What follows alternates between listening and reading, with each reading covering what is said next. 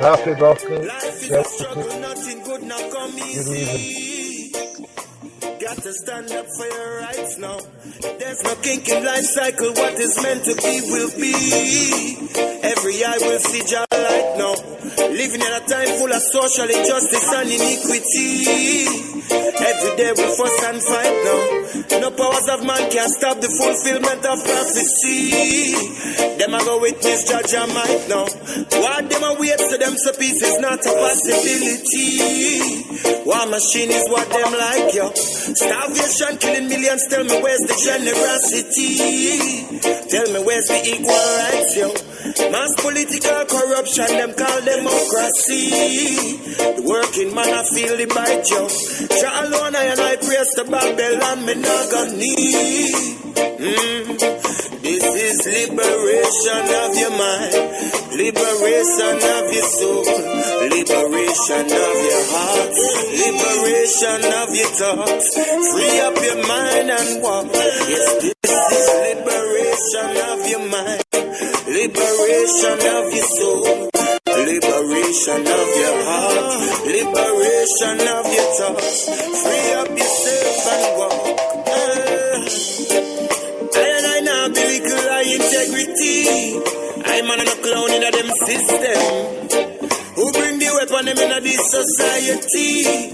Cause in a this city nobody not make them. See them selling their illusion of a people that's free. But depth is modern enslavement. To divide and conquer is their philosophy. Every natural resource them want take, yeah. Every ancestral bond them want break, yeah. In a Babylon ritual I not partake, yeah. And the most I will never forsake, yeah. Alright. Liberate yourself mentally, let go the shackles and chains. Inspire some change, hey. They are in a crucial time, but still we got to maintain. We got to sustain. Hey, Babylon, a circle them, pray them a move like vulture. Vampire them blood sucking in a them culture. But I and I now get devoured, you will protect by the almighty power. This is liberation of your mind, liberation of your soul, liberation of your heart, liberation of your thoughts. Free up your mind and walk. Yes, this is liberation of your mind, liberation of your soul, liberation of your heart, liberation of your thoughts. Free up yourself and walk.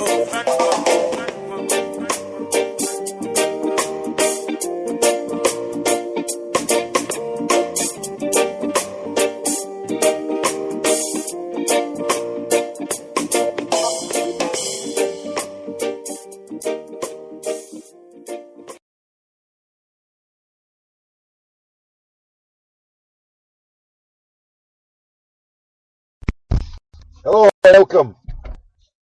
And it's happy birthday to the Celtic tonight. I sat in a chapel in Calton, Glasgow, alongside a billionaire. Yes, a penniless billionaire, sat beside, I don't know, is he sterling or is he dollar billionaire? He's certainly a dollar billionaire anyway, we'll give him that. A dollar billionaire. And the bold Lenny beside him.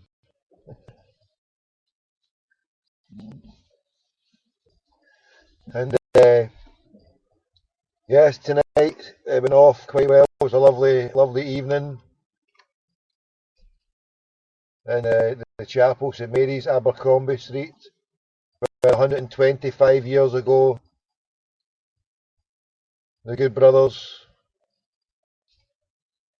sat in the St Mary's Hall and came up with a way to help feed the poor of the East End. We all know the story. And so tonight some 500-600 Celtic people congregated in a little chapel where it all began, it was poignant. It was nice. It was sweet. It was just yeah, it was nice. Prior to the mass, there was some speeches. Person who stole the show for me and for other people, I would have to say, would be the lovely gentleman who was from the Church of Scotland, the minister, with his funny tales and anecdotes. He was a raring old hoot, and he was a good for a laugh, and he set the tone up nicely. A more sombre kind of play for 10-15 minutes took part, which was quite nice as well, reenacting the history or bringing to life anyway with actors in front of us and on screens.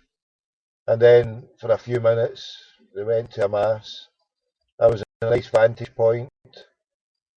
And I can confirm tonight that the Brian Stockbridge, yes, indeed, I think it was he of Rangers of Own Me the 20k, was there 5 rows behind.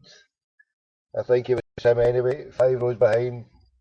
And when the collection came round, he put a few shekels in. It was only a few coins. There was no notes went in.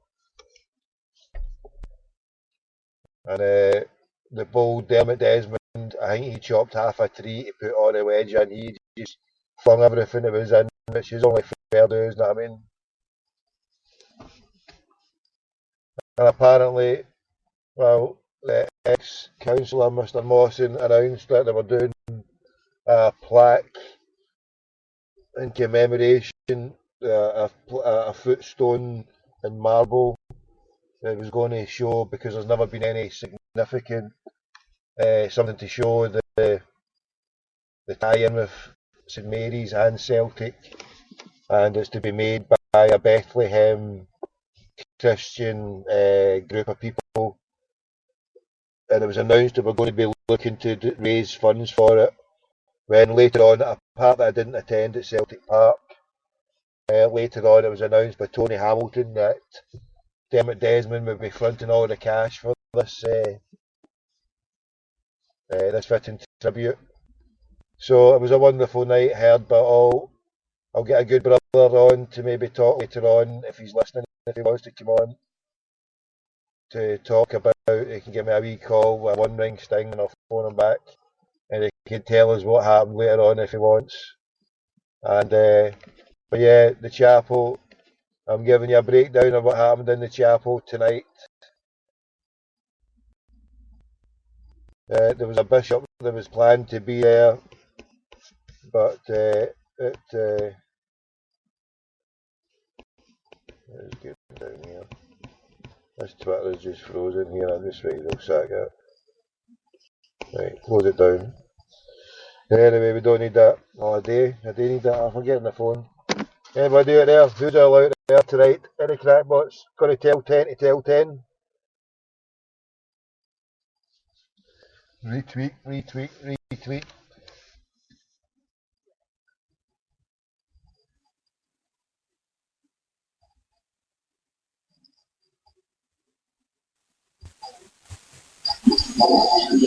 And we've got there Seamus Clark, sorry I can't tune in, currently in Houston, waiting for an Obama win. We will need to keep quiet as Texas is very Republican. Paul Connor, good to see the Rebel MC. Bob Boy, Pope Paul, Bishop Dave, and Tommy in Glasgow at St Mary's 125 tonight. So hold on, I'm reading this in the dark. I can't see what's the names here, so wait to see it. I'm seeing this on my phone, so it's not on my screen here because wait to see it. I've tried to jump to my phone here. Hold on, I'll get it on the big screen. Sorry about it. It was all frozen up. My Twitter was frozen up. I should have rebooted my whole thing. Sometimes I leave my. Right, here we go. Right, we're in. We're not into the connect. Right, connect. Out to home. Yes, we'll deal with the election in a minute. We'll deal with the election. Right, so Stephen Monaghan good to see the Rebel MC, Boob Boy, Pope Paul, Bishop Davy, and my good self tonight in the chapel. Pop Elliot, Deed's out now. Yeah, man, crackpot. Yeah, crackpot's out now.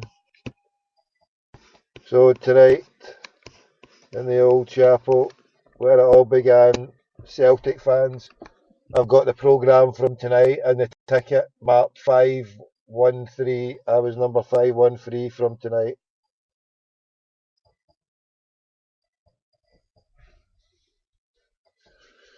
I was Mr. 513.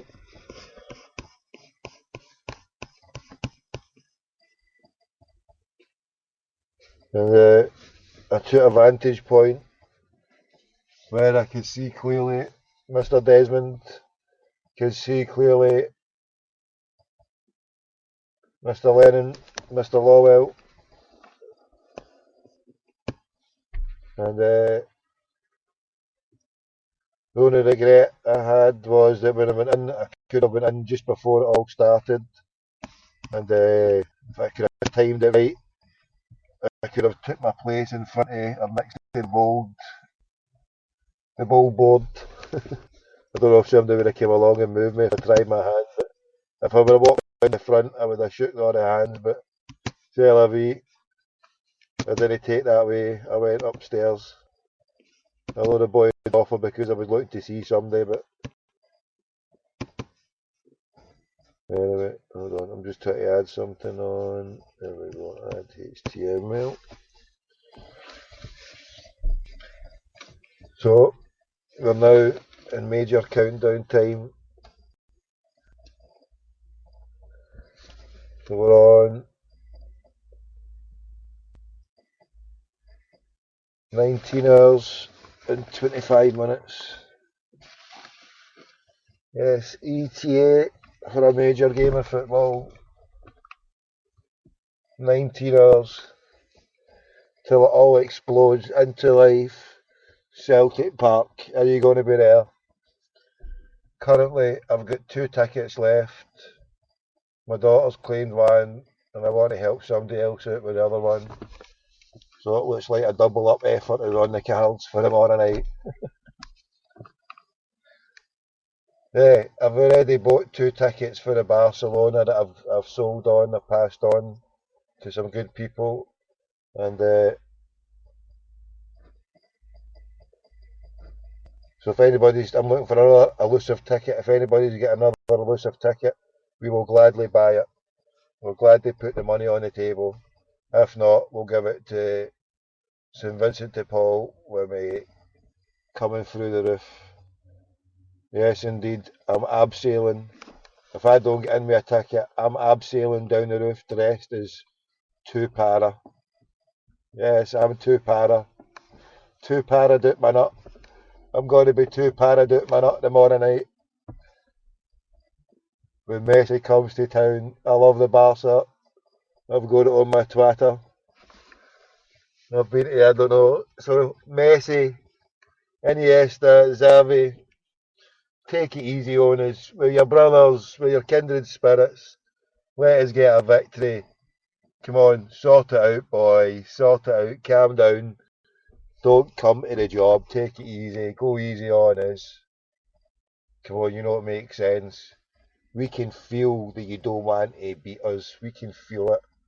We can feel you want to lie down and allow us a victory.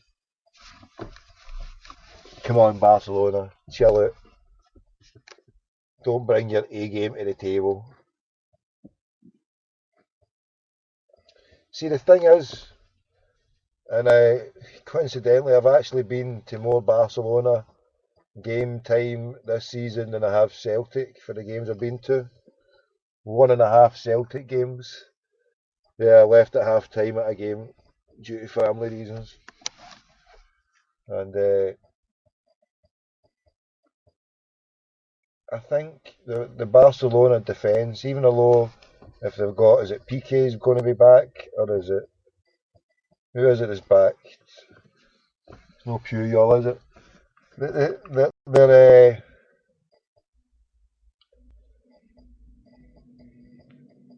they're, how can I put it? They ain't the world class, all dominating team of 2 years ago. That is without a doubt. Yes, great team, one of the best, but not the team to be feared that was the greatest ever, or whatever some people want to call them, you know. So what we're facing, yeah, a good team, and at Celtic Park. I mean, the atmosphere is going to be red hot. It's going to be emotional. It's going to be just something truly spectacular. But Barcelona, they're going to come out. They could shut us all up within seconds. We know that. You know, the atmosphere that we could produce could rocket us off the thing, and they come at us, boom, boom, boom, goal, Messi, before we know it, one down, two down, the game's over. I mean, it could be literally just as quick as that. Before we know it, Messi free kick, goal, Messi, boom, Iniesta, goal. I mean, it's gone, it's finished, and that happens, but God, I pray, hope it's no. I hope we get in right in about them. Neil Lennon is a man to take us into battle against Barcelona. Neil Lennon having taken us into the Camp Nou, having us taken us in there to within an inch of victory. I think he's more than capable to take us, not a victory, an inch of a draw. I think he's more than capable of taking us to victory tomorrow night. Yes, victory. Aim high and accept a draw. If we go there, take the game to Barcelona, we know they're going to score. We know that, right? If they score first, I still fancy us to come at them and score again. Not to panic and to keep on their game plan. If we've got Samaras, I maintain if Samaras had stayed on with the goal threat, we could have ran them ragged. If we'd kept Samaras on, we could have beat them over in that Camp now.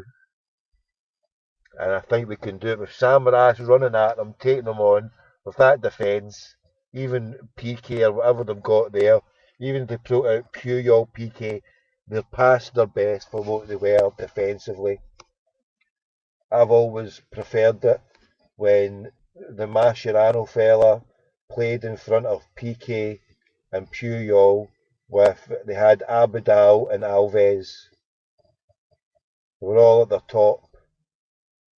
As I say, Mascherano plugging giving it a 5-man solid, rigid back. Well, it was always four because at one point you would have Alves or then Abidal, and with Alves, with it, Mascherano keeping it tight, so they had three or stroke four at the back.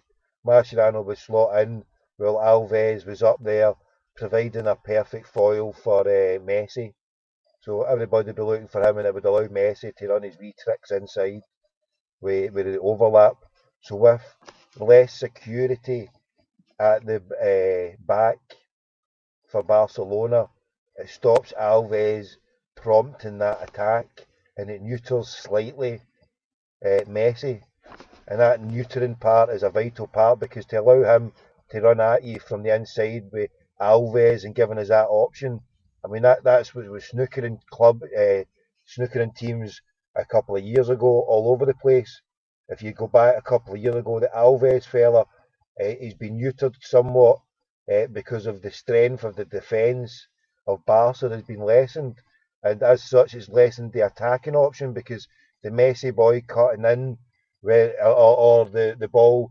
I mean, and then I mean, I'm clutching at straws here because the technique and the ability of these boys. I mean, look at what they did in the goal against us, and in the first goal. You know, the passing and the intricacy. And we're going to live in borrowed time if we get through that game and we've got any kind of result on the cards, as was proved.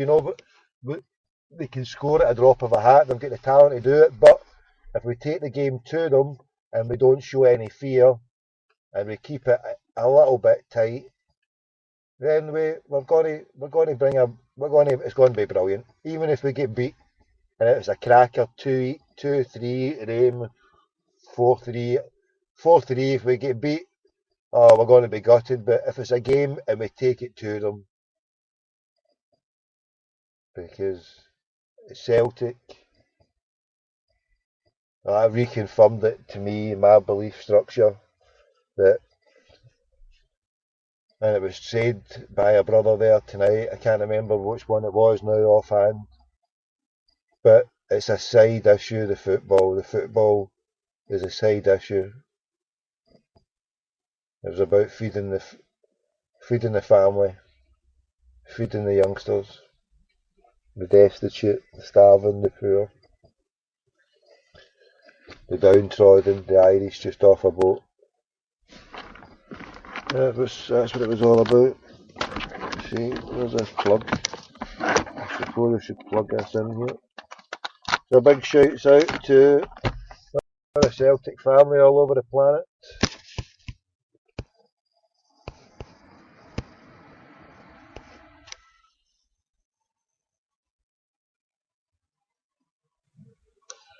Yes, John Mullen, the first support behind us, Tommy, we can get a result.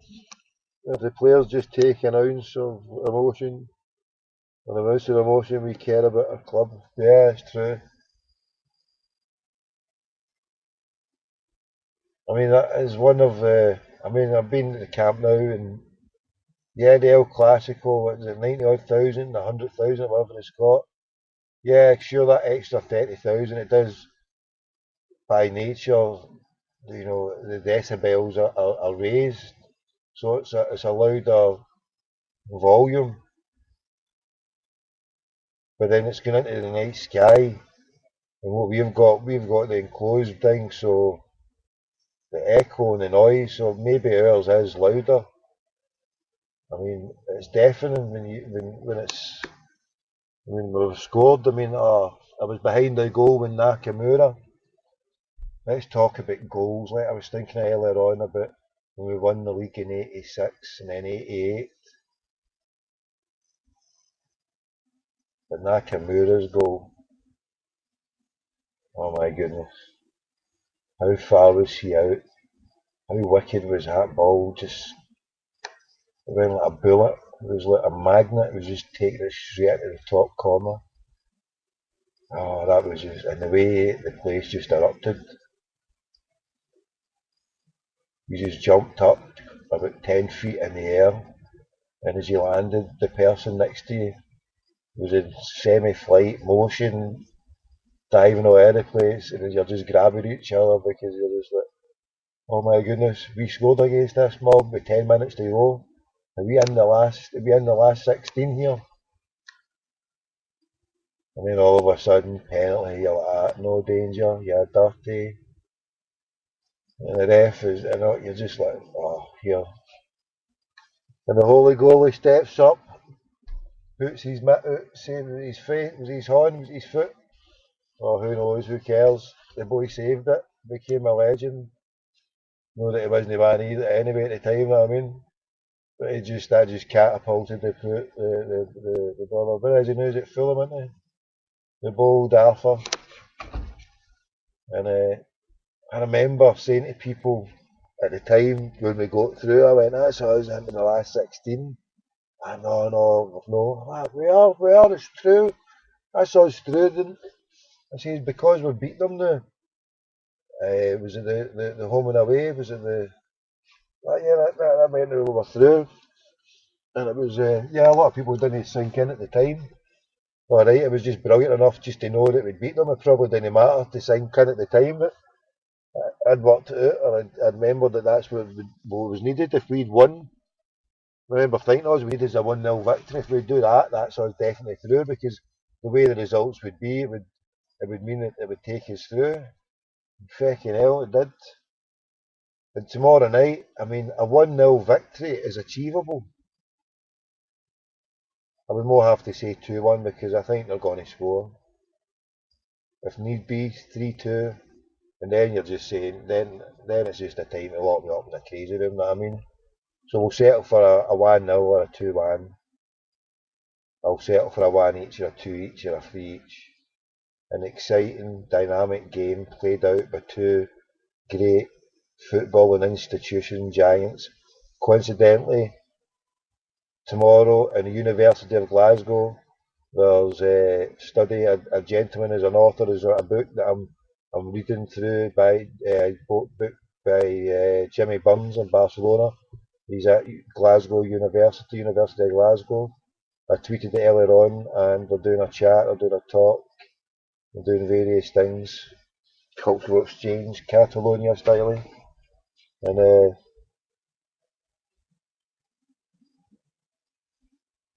what else have I say something else? New interaction, here we go. John Willen, God bless you.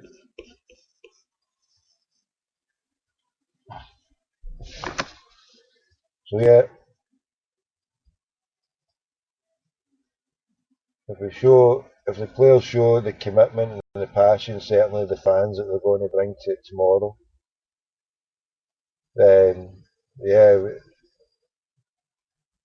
we should win it by 5-0 romp. It should be a 5-0 Celtic. Imagine it going 1-0 up. 1-0 up in the Nou Camp. It was just a joy to behold. It was just,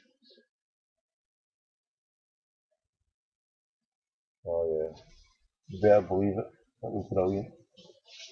I loved that bit. Jumping about like a loony in the night sky in the Catalan capital.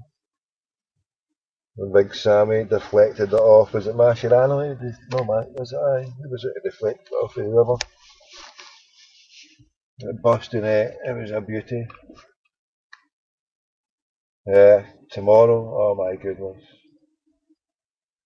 Can you imagine it? Can you imagine the noise? 1-0 up. The best thing to do, go 1-0 up, let them come at us, play a nice game. Maybe they get an equaliser, Messi scores a wonder goal for his Otis, slabber it, and then we go head to toe,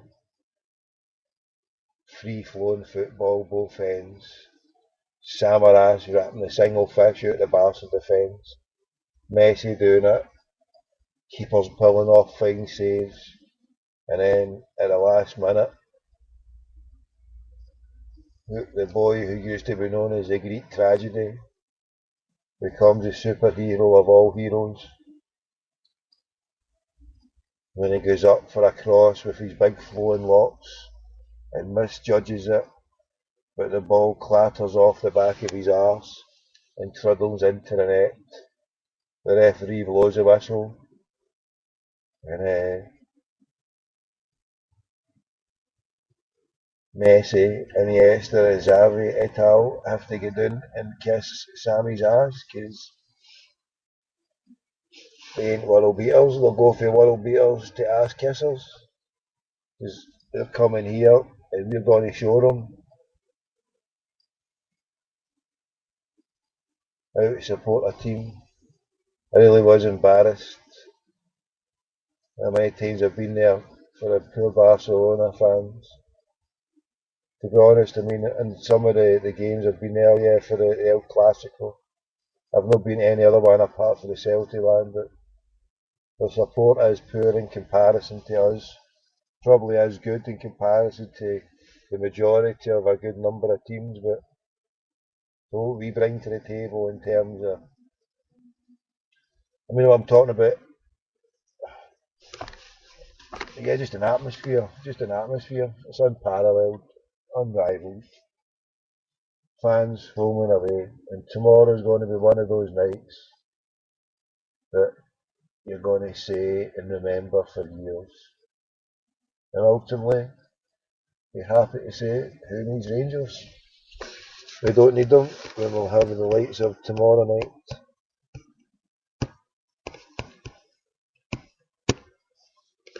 Right.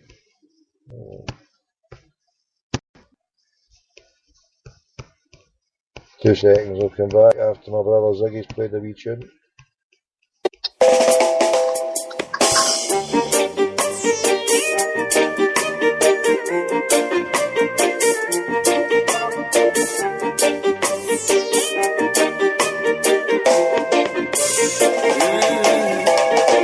Life is a struggle, nothing good not come easy.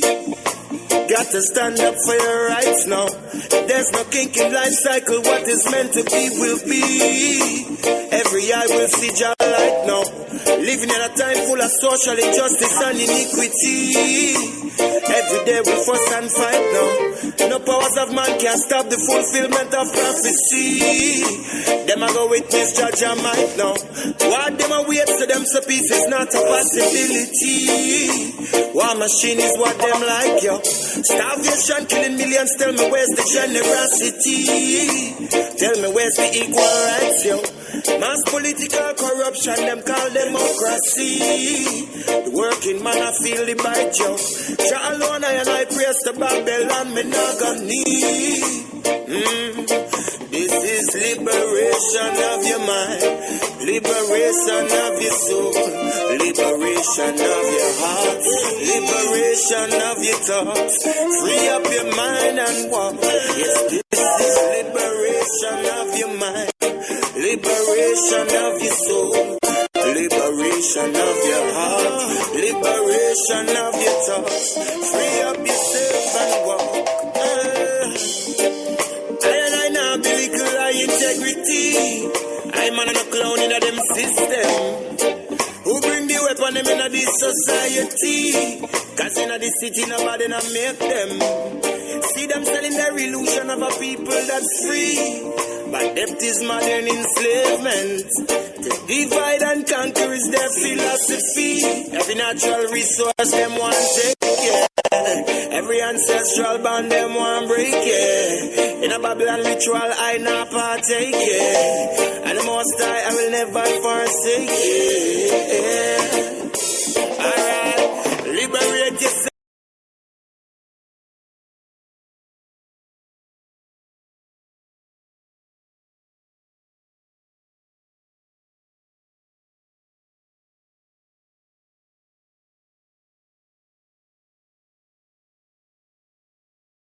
Gosh, for a black man, or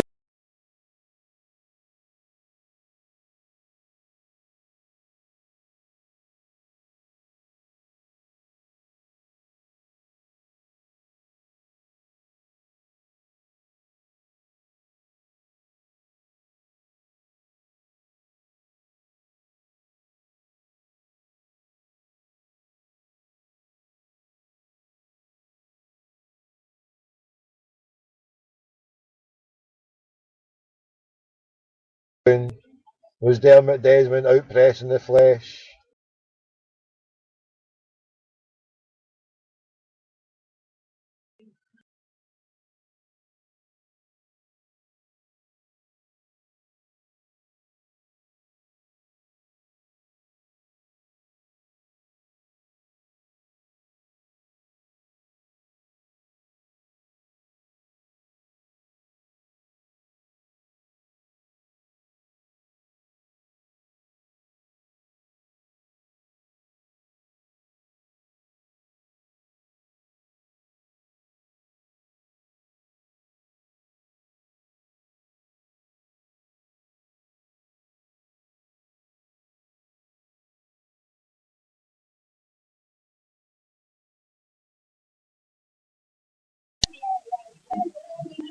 Ellie. Is it Ellie hen? How Ellie you talking about?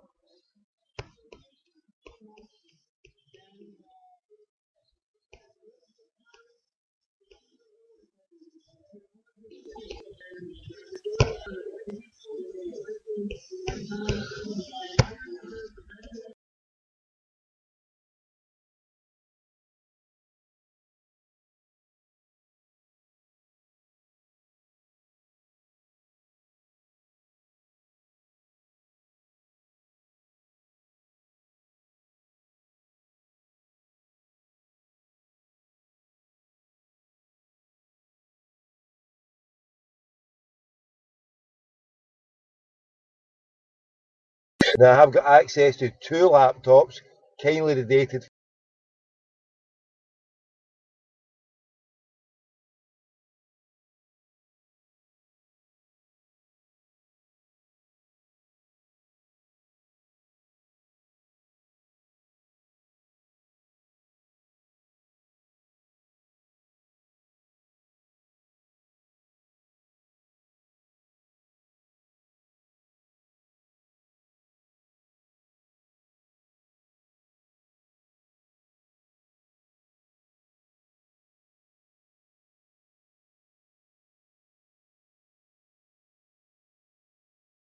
Chad the night.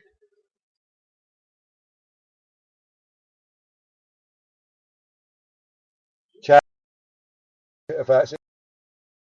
Kevin Bridges, get me Chad Hogan's number, you fanjeter. Somebody tweet to Kevin Bridges, the Bolgene wants his number, Glasgow Radio Online. It's a mission. Oh, here, this thing's doing my frothy bits in. It's fecking well cracked about. Look, close it down. Twitter, you bet. We've gone the same way as Facebook. Right, what's this as well? Why is this taking so much time to load? Reconcile yourself. Right, hold on, I'm away to phone us, brother. I was going to tweet to your brother there. There's something that came on. Oh, look. Bang a minute. I'm going to get something on. Hold on. This is for a good brother. This is a better sound recording. I really messed that recording up I did there of Liberation. It's on the website, a better sound quality, better video for you to check out. There's a good brother. I was going to get a chance there to I'm just following him now. He's on Twitter, that's good enough for me. I'll play this tune back in a sec. Well, it's a herbalist thing. Still Babylon and keep pressuring. Hey, no. It's a conspiracy. Police are inform and search for me. Yo, it's a conspiracy. Them say Rasta move armed and dangerously. Hey, it's a conspiracy. Police are inform and search for me. Yo, it's a conspiracy. Them say Rasta move armed and dangerously. Yo, well enough detective them a send. Show me hustle round the ends. Them a look me for some interrogation. Them a pressure all my friends. And I look for evidence just to determine my location. Them a call me terrorists and use them satellite dish. I try to seek out my ganja plantation. Just to man a herbalist, a man them most wanted this. They want to lock me down through my occupation. It's a conspiracy. Police are inform and search for me. Yo, it's a conspiracy. Them say Rasta move armed and dangerously. Hey, it's a conspiracy. Police are inform and search for me. Yo, it's a conspiracy. Them say Rasta move armed and dangerously. Cause them a patrol the streets, see them they on every corner, they trying to hunt me down. And them a tap me phone and trace me cellular number, they trying to hunt me down. Because that's my good brother Ziggy Ricardo. Listen, it's a conspiracy if you think I'm just going to play music like that, because we're never going to walk alone with fans tomorrow night. Hold on a lockdown.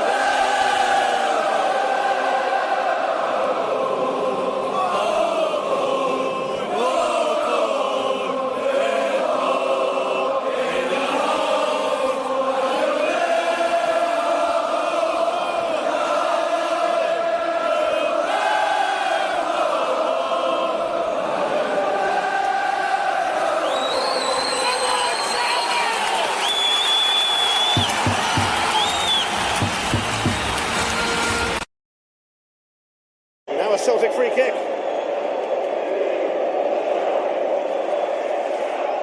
Chance to give the mighty Barcelona something to worry about.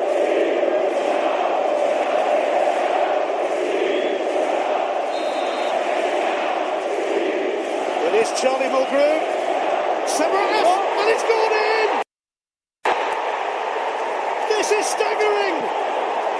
A moment to remember for the rest of your life! Celtic have the lead in the new camp, and the fans may want to hear that again! Celtic have the lead in the new camp! Well, I don't care how good your side is, you're going to struggle to defend a free kick of that quality from Charlie Mulgrew. He drops it into the perfect area. They're defending right across the 18-yard box in a zonal system here. But he dropped it into a terrific area. I think it comes off Mascherano. Samaras certainly got a nick on it, but it again comes off Mascherano. And Valdez has no chance at all. He's wrong-footed. But what a good ball in from Charlie Mulgrew. Plenty of pace on it, comes in reasonably flat. And yet, Celtic get a break. Is it going to be enough? That's the question.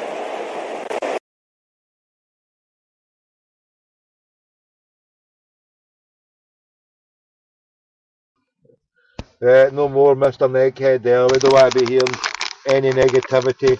And on the phone, we've got Mr. Positive, Mr. Motivator, Henry Clarkson from the Celtic community, blogging community. Henry, how you doing? Hi, yourself. I've been worse. I'll see the night, see myself through the night and take it from there. Have you got a wee bit of a cold? Good times. Have you got a wee bit of a cold? But, worse things happen at sea. Good times we're living in. Good times. I was just sharing with everybody the birthday treat that I took myself down to St Mary's with real billionaires, Celtic manager, great Celtic manager, great Celtic captain, Lisbon Lions. The place was just adorned with Celtic greats, and it was beautiful. It was a perfect way to spend a day. You know, we're 125 years ago. What's your thoughts, brother, on Celtic 125 years on? I don't want to give you. You don't have to give me the whole thing, but from where we've came from and where we're going, give me your general opinion, brother. It's just wonderful. You know, there is something a wee bit special about Celtic. Everybody that supports a football club thinks that their club's a wee bit special. But there is something pretty unique about Celtic, really. And people get it, you know. They don't have to be Irish Catholics or Scots or anything like that to get it. You get Henrik Larsson coming from Sweden via Holland, and he got it. He stayed for years. I think Big Samaras is the same. He gets it. And various others. It's a very, very special club. It's a Celtic thing to a large extent as well, I think, you know, to a large extent. I think about this quite a lot. The Celtic thing is there's so much about dominating and building empires and suppressing people and you know, being at the top of a pile where everybody's subservient to it. It's a far more community type of culture. And I think Celtic is one of the great embodiments of that. I just want to come in, Henry, on the thing that it was an education tonight, and Brother Walfred, I was told tonight, I can't remember as to say there was so many good people talking there, and it was just a whole collage. But Brother Walfred said that Celtic, well, he never called it Celtic; it was Celtic. It was actually Celtic. That was how he called us. So the original forefather, he pronounced it as Celtic. So, you know, crack on, brother.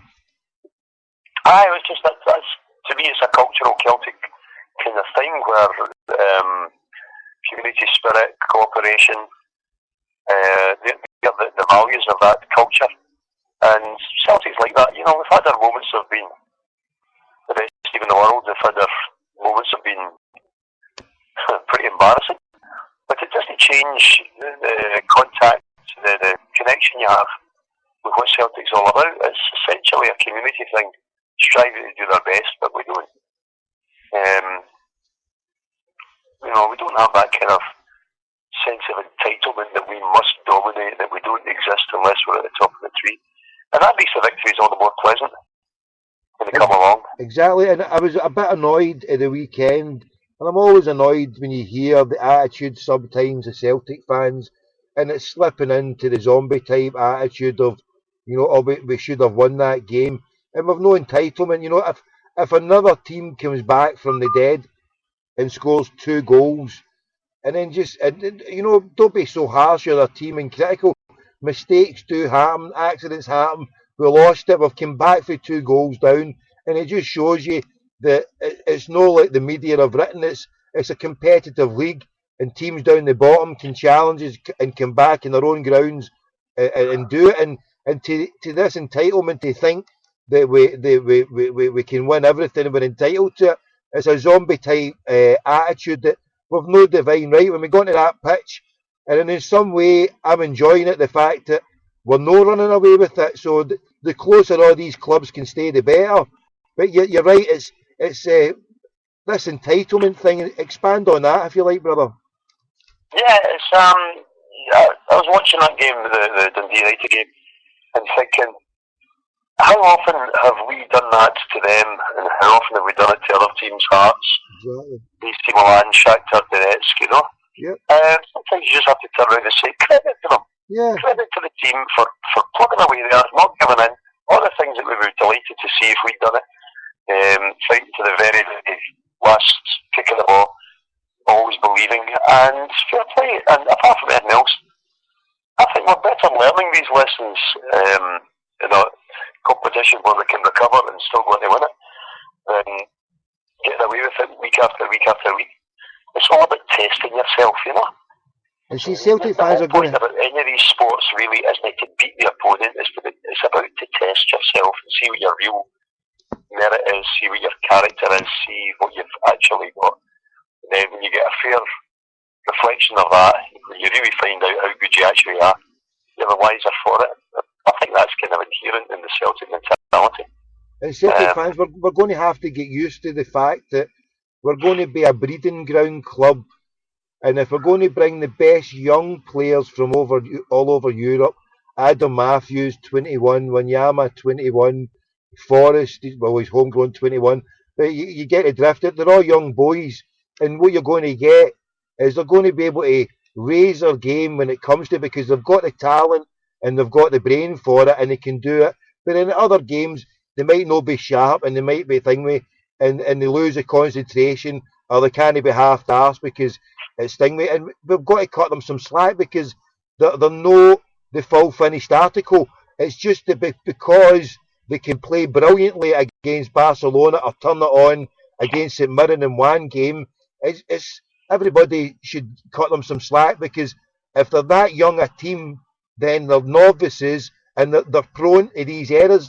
And like the time when we lost the league, it was Lennon's first season. The team was definitely a work in progress. There was youngsters all over the place. The guiding light, supposedly, like Mastorovic or the older players, weren't they much good at thing when the youngsters. So when they went off kilter, as they did a few times, and as we're about to do this season as well, we'll go off kilter because it's a young team. So we just have to get used to it, because it's always going to be a kind of, I think anyway, for the future, a working process. Would you reckon? Yeah, I think there's a lot of that about it, and to be honest, we've almost always been that sort of club. This is not a new thing. We sold Dalglish, Davy Hay, yeah, of course, Macari, all these guys were part of a team that could have won the European Cup and 2 semi-finals between 72 and 74. But even at that point, the eye was in the transfer market to get some money in. I don't know whether it was to balance the books or whether it was to line the pockets of the directors, but one way or another, this is not something new. We didn't sell. We did go off kilter for a while, because that's an exception.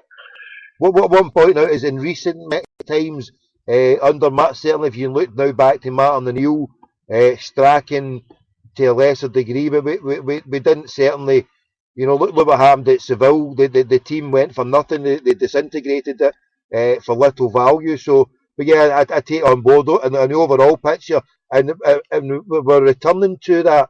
And but the point is, for people being hunishing their outlook, saying, "Oh, we think me," it's just a point to be put across that they're just youngsters, they're just learning their trade, and they're going to have their off days. And like you said earlier on, applaud the fact that a team has shown some effort and courage and came back against the champions like that. And after all, where are we in the league? We're still top with a game in hand. You know what I mean? That's the way I look at it. Aye, that's exactly where we are. We're top of the league. We have got a game in hand. We're going through the sort of most punishing schedule at the moment, playing these high intensity matches and having to come back, having to build up to it, and then having to come back where for a bump. I mean, it's huge. It's something, See the year we won the European Cup. We lost to the D-rated home and away that season. There you go. The greatest team on the planet. Didn't get the better of. Yeah. So you'll get these things, and they were, as I recall, on the back of European, big European nights, and then bang, ambushed. But I wouldn't paper over it too much. We shouldn't have lost 2 points on what day was that, Sunday? Aye, Sunday, aye. Aye. We shouldn't have done that, and there are, I'm quite sure that there were strong words in the dressing room, regardless of what Lenny says in the media. I think what he said behind closed doors in the dressing room wouldn't be how brilliant they all were. Yeah, but what the hell, I'm enjoying the league. I'm enjoying this year. I'm loving the fact that we can get on with it without having everything slanted to suit the agenda of the criminal fraternity. I'm enjoying the fact that we're seeing games like Ross County versus Inverness, and they actually have a certain edge to them, but they're not peripheral really. It's a good fixture. It was an enjoyable game, and I think it's healthy.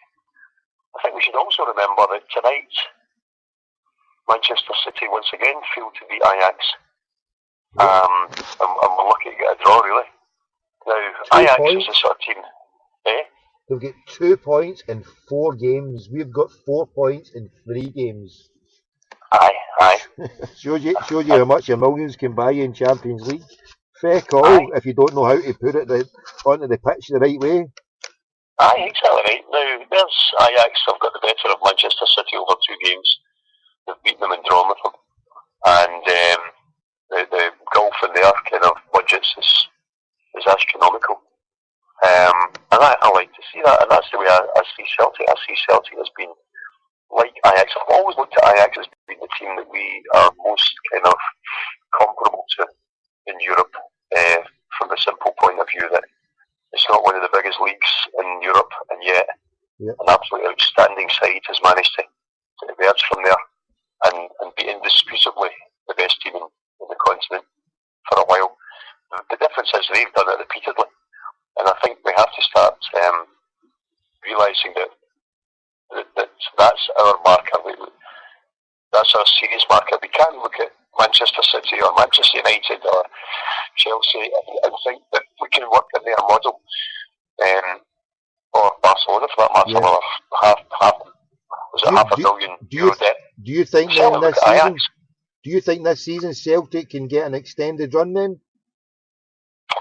I don't know.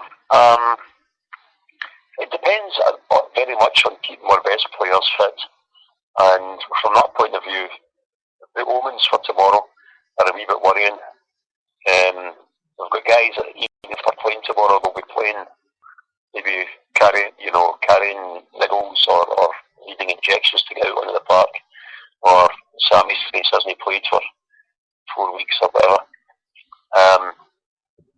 Well, that's really stretching the rituals still, isn't it? And I'm not sure how far we can carry that. Reminds me of the time that when United won the league, and they did it with the 13 outfield players. That's all we used all season. If they did a run of injuries, they wouldn't win the league. Now, we're a wee bit like that. If we can get our very best team out onto the park, then we can really surprise everybody. But we don't have the depth. We don't have the depth if we get a couple of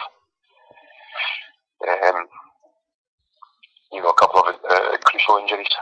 I mean, sure, tomorrow's a key night because if we come away with something, and then you're really hoping the home team either they draw or the home team wins, and then that sets us up where if we can go to Benfica and take something from there, which we should be capable of, and it would set us up for just, well, I'm saying just, but for the last game for probably a winner takes all against Spartak.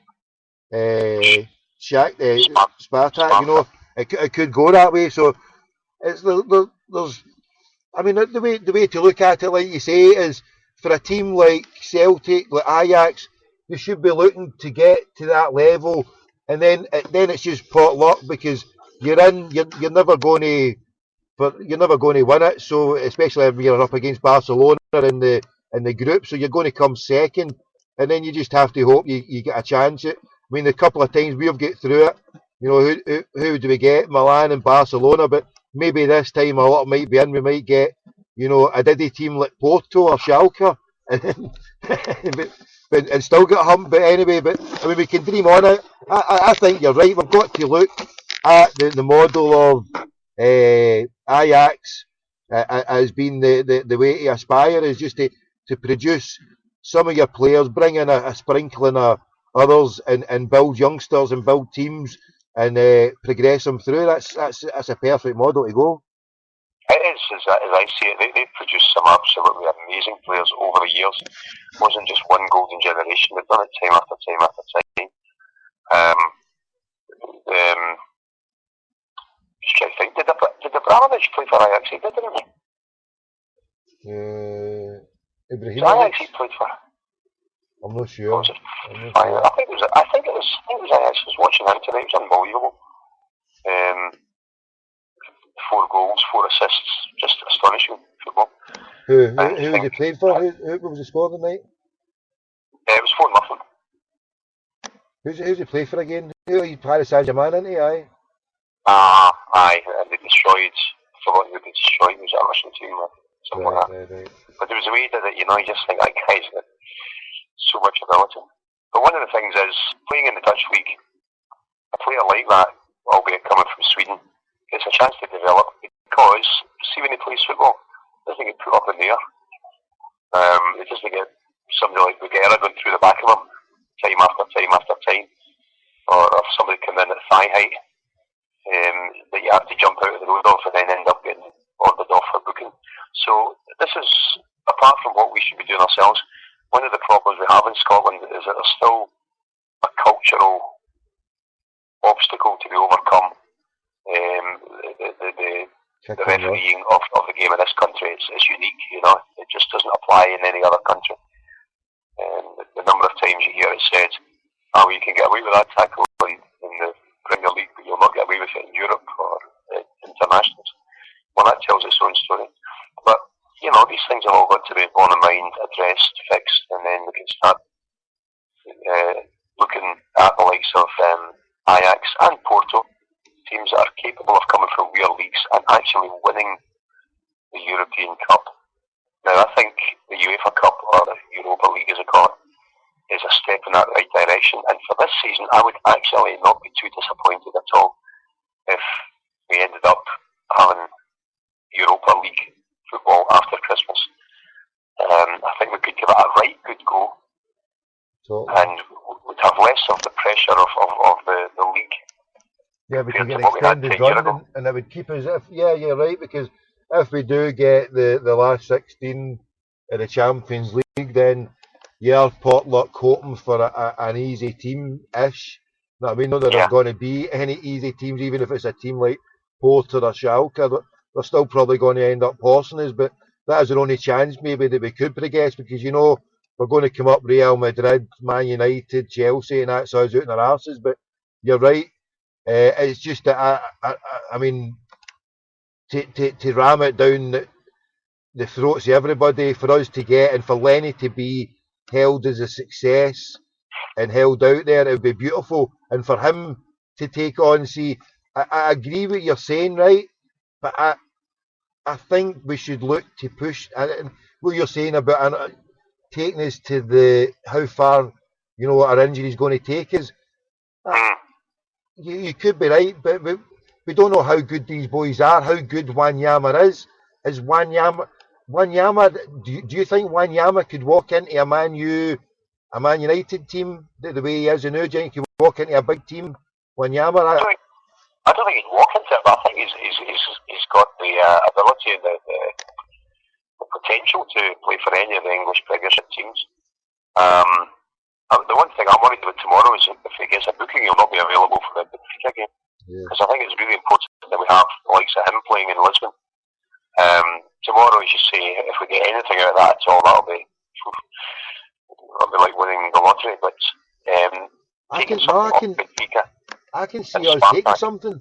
See, I think Lennon's got the measure, and he knows that this team, they're not the greatest team ever that people said they were 2 years ago. They've come down a huge notch, and I think Lennon can see that the reason if Samaras had stayed on that pitch in the new camp, with the chances and the openness of that pitch, and they were laid bare in a few times, Samaras could have unlocked him.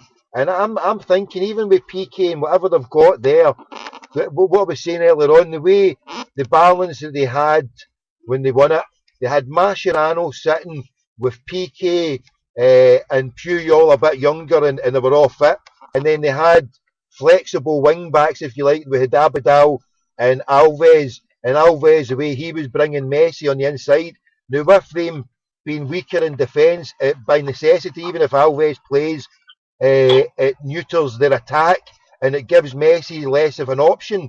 I mean, they'll still get the intricate stuff, but it neuters them, and the defence isn't as strong.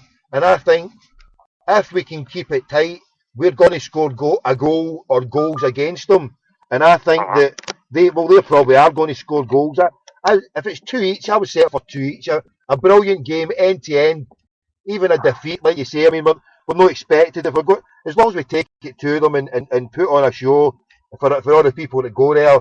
If we get a goal, I mean, the football's all about goals. As far as that, if I go along to a game and I've jumped about like a loony for 1-2 goals and then we've lost it and it's been to a better team and it's been a good game, then I go away kind of half happy, even though my team's lost, and feel sad. I don't really feel too sad because I always remember, you know, there's more important things in a stupid game of football, and just to be a club called Celtic in this country, to take part, to be the best team now, to be the only team in Glasgow playing in the top flight, to be the only team in Scotland playing the higher echelons, to be playing a team like Barcelona with the world's greatest players.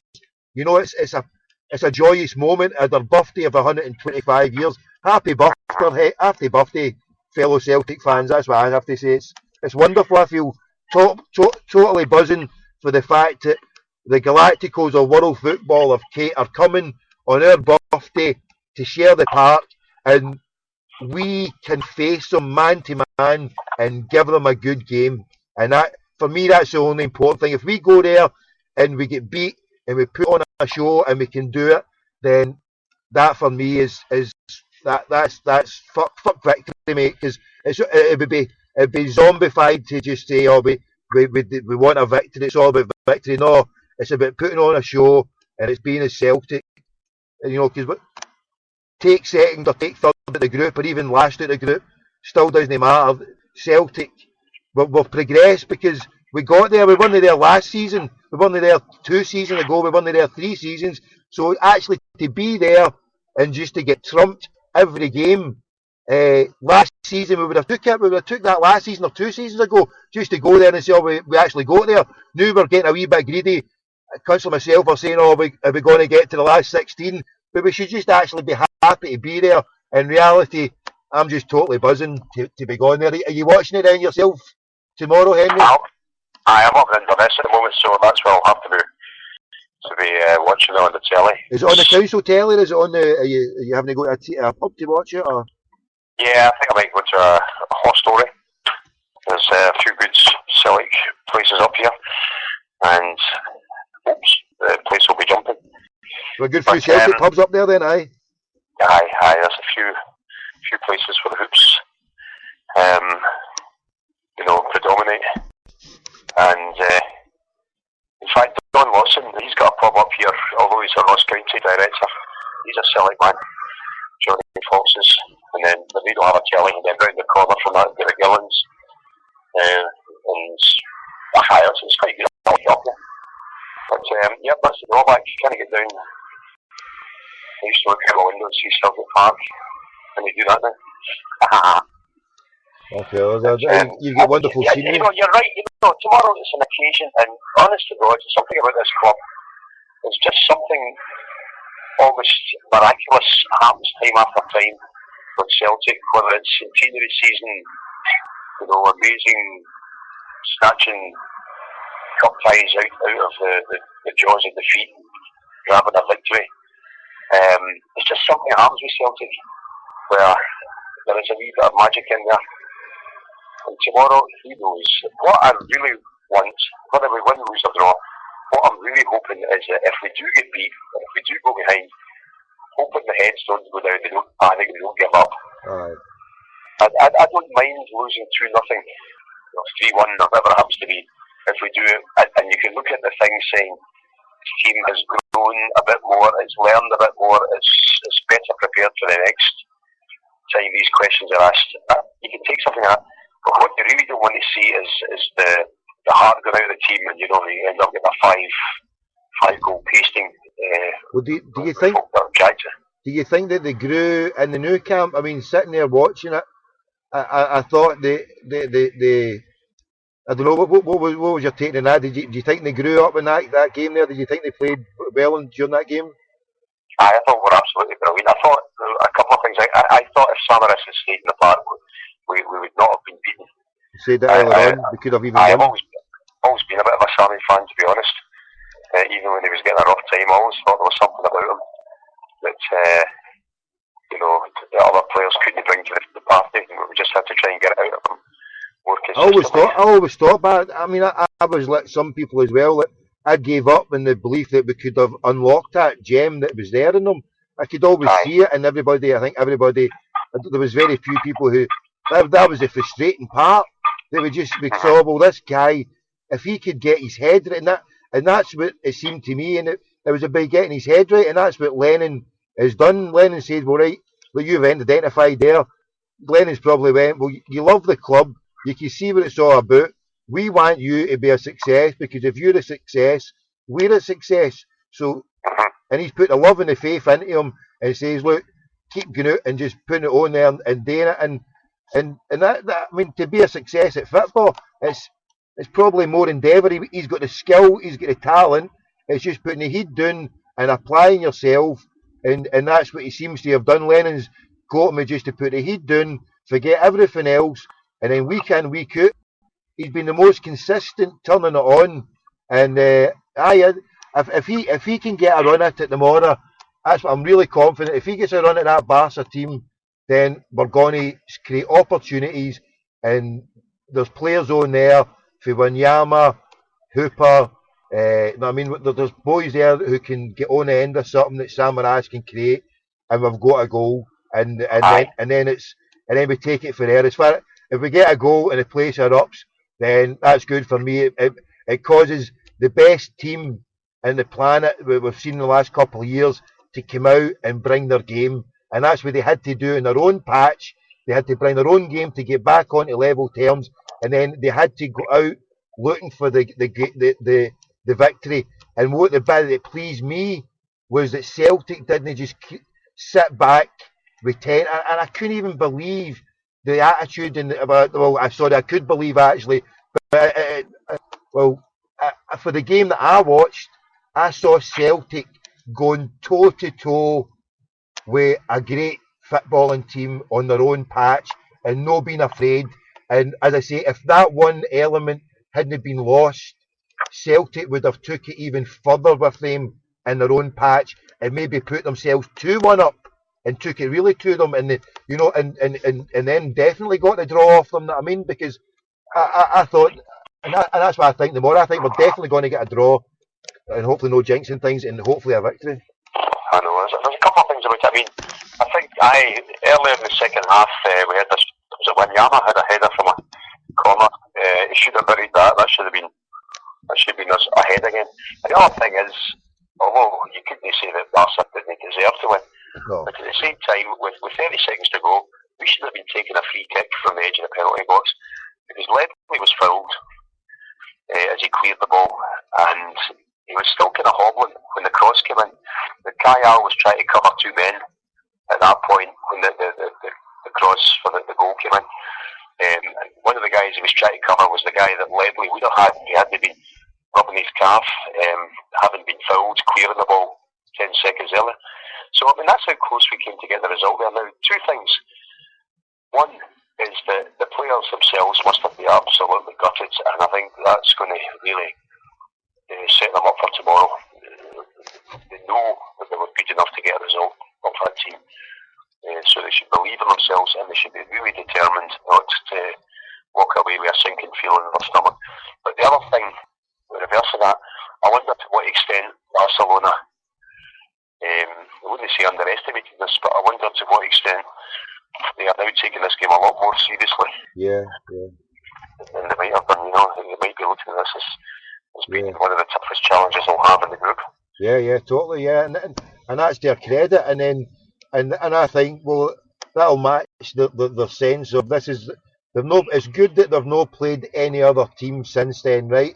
So they've not been tested to that level. So now they've got the rematch, and Lennon is going to send them out there with hopefully with the fire in their bellies to say to them, I mean, there's no point in going onto a football pitch and thinking you're beaten, because if you do, then you generally well are. If he goes on there and puts in the mind and says you are their equals, they might be this or that or names, but that's all they are. They're just names. You go out there and you win the battle, and we win the game, and you become heroes and you become legends forever. Because if Celtic can go and beat that Barcelona team, which I think they can do, if every player plays to their maximum and brings their A game, then we walk away with a victory, no doubt. Even if Barcelona, I mean, they could come and play their A game, and then we've got a 5-3 or a 5-4 defeat in their hands, and fucking hell, that's the way I look at it. I think we've got the game there. If Lennon sets them out and gives them that belief that, hey, what you did there, forget the scoreline, you went toe-to-toe with a great team, you went toe-to-toe and you took it to them, and if they do that tomorrow night and they take it to them, then fucking the world's an oyster, because they're increasing, as I looked to that game there, Wanyama and would you call it, they were all just increasing their bill for when they leave, and their paycheck when they're leaving, and I think that's the added thing. Maybe Wanyama's thinking, well, why should I be looking to play for Man United or Arsenal? They're yesterday's news. I'm wanting to be playing for Real Madrid or Barcelona, and boys like that have surely got the talent for it, because he's up there. I mean, if that Song can play for Barcelona, so can our boy Wanyama. Aye. And the other thing is, money will decide it for a lot of these guys anyway. If they're getting offered ludicrous wages somewhere else, then that's where they'll go. But in the meantime, the guy's contracted for another 3 years, I think it is. Is it 2015 when Yama's contracted? So it's irrelevant whether he wants to play for Manchester United or Barcelona or Sevco. Makes no difference. He's not going anywhere for as long as we want him. But but hold on, come on. I mean, for us, 9 million is beer money, is small change to a Barca or Man United. I mean, for us, it's major, so he's gone. So as soon as they come in sniffing, then he is gone. I mean, bro. So especially I don't like the way his agent, any sniff. He doesn't need much encouragement. That fucking agent of his. I mean, so if somebody's maybe even fucking tapped him up already by the sniff of it, the sounds of it. I mean, the way he's sniffing about. Well, that's fine. I mean, if we get 10, 11 million, 12 million pounds for a player that we got for, buttons, that's fine, because there are a lot of good footballers out there. Yeah. The thing is, what you do is you get your good footballers coming into a club, bonding, getting into the team spirit. Once you've got that, it goes beyond the individual ability of the players. We've always been able to take on teams that have got more expensive players than us and beat them. We've done it against Manchester United, Inter Milan, Barcelona, And like all these teams have come Juventus, yeah, with more expensive team players, but the guys are in Celtic shirts with a Celtic support behind them and a Celtic mentality in the dressing room. That will do me, you know. So I was never sorry to see the back of the likes of Viduka or even, you know, Big Pierre or Ticani or guys like that, because yes, they were very good footballers, but I didn't think we were healthier for having people like that in the dressing room. I'd rather have somebody that's not quite as talented that actually puts in a better shift. And as soon as somebody starts thinking that he's Mr. Big, then he's no longer a Celtic player. Now and again, you get somebody that's got it all. You know, he is a world-class footballer, and he's got a Celtic attitude. Whether it's Henrik, whether it's the Maestro, whether it's Danny McGrain, we get one of them every now and again. But for the most part, it's just getting guys that are fairly competent. I've got a wee bit, you know, of quality, and buy into the spirit of what Celtic's about. If we get that, we'll always have a good team. Always have a team that can compete, and that's what I'm looking for tomorrow. I'm looking to see these guys that have got the right attitude, the right spirit, actually believe in the team and the club, and that we go out and do something about it. The one disappointing thing was Hooper never had his best game. You can't blame him. He was looking. His link up was no bad. He never had much to play on. It has to be added. He did tire somewhat. The disappointing part was I thought Lenny should have took him off and threw on Miku. Having Miku played in a team who actually beat Real Madrid this season even. So Miku, with his experience in that league, I think maybe, but then maybe he hadn't shown anything at that point, certainly in any games at all, and he hadn't maybe shown anything, I don't know, in the training, so maybe that prohibited him from doing it. But from all accounts, he put in a good showing on Sunday. I never seen it because I was sleeping till about 3 o'clock, but did he put in a show? Would you go with Miku at any point? Would you throw him on? His goal was outstanding. The goal was outstanding. He had a few other touches, and I think he's going into the team. I was watching him thinking to myself, if he'd come on against Barcelona, would he have enhanced the team, or would it have been one of those kind of slightly awkward substitutions where you know a guy needs a wee bit more game time before he can really contribute? Because you could say the same about Watts, you know. Yeah. You know he can play, but would you put him on against Barcelona when you're wanting to be sensible for the last 15-20 minutes? But Hooper was a spent force. Hooper really was. Looking at him with the benefit of being at the game, and you can train your eyes on for a few minutes and see how he's labouring, and he was labouring big time. So anything at that point would have been a respite for the team. That, you know, the hold up that he had for even when he lost Samaras, that hold up or anything that was there was completely gone. You know, so there was that point, maybe 20 minutes, but I mean it's gone now. I mean the result probably wouldn't have changed because it may have no scored, and we needed a defender at that point to hang with. So yeah, it's probably no difference.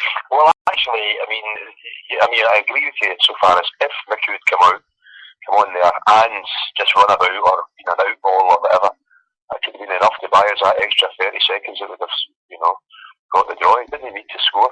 Yeah. You just don't know. I mean, I did think at the time, I thought Hooper was blown out his arse for about 50 minutes almost. I mean, he always looks that way. And you'd almost be better bringing on another, you know, a goalkeeper or at least somebody that can run up and down and chase after things. Yeah. But go with somebody who's shot his bolt. But I don't know, how can we say it's so hard? We were 15 seconds away from getting one each, in which case all the tactical decisions would have been, you know, master strokes.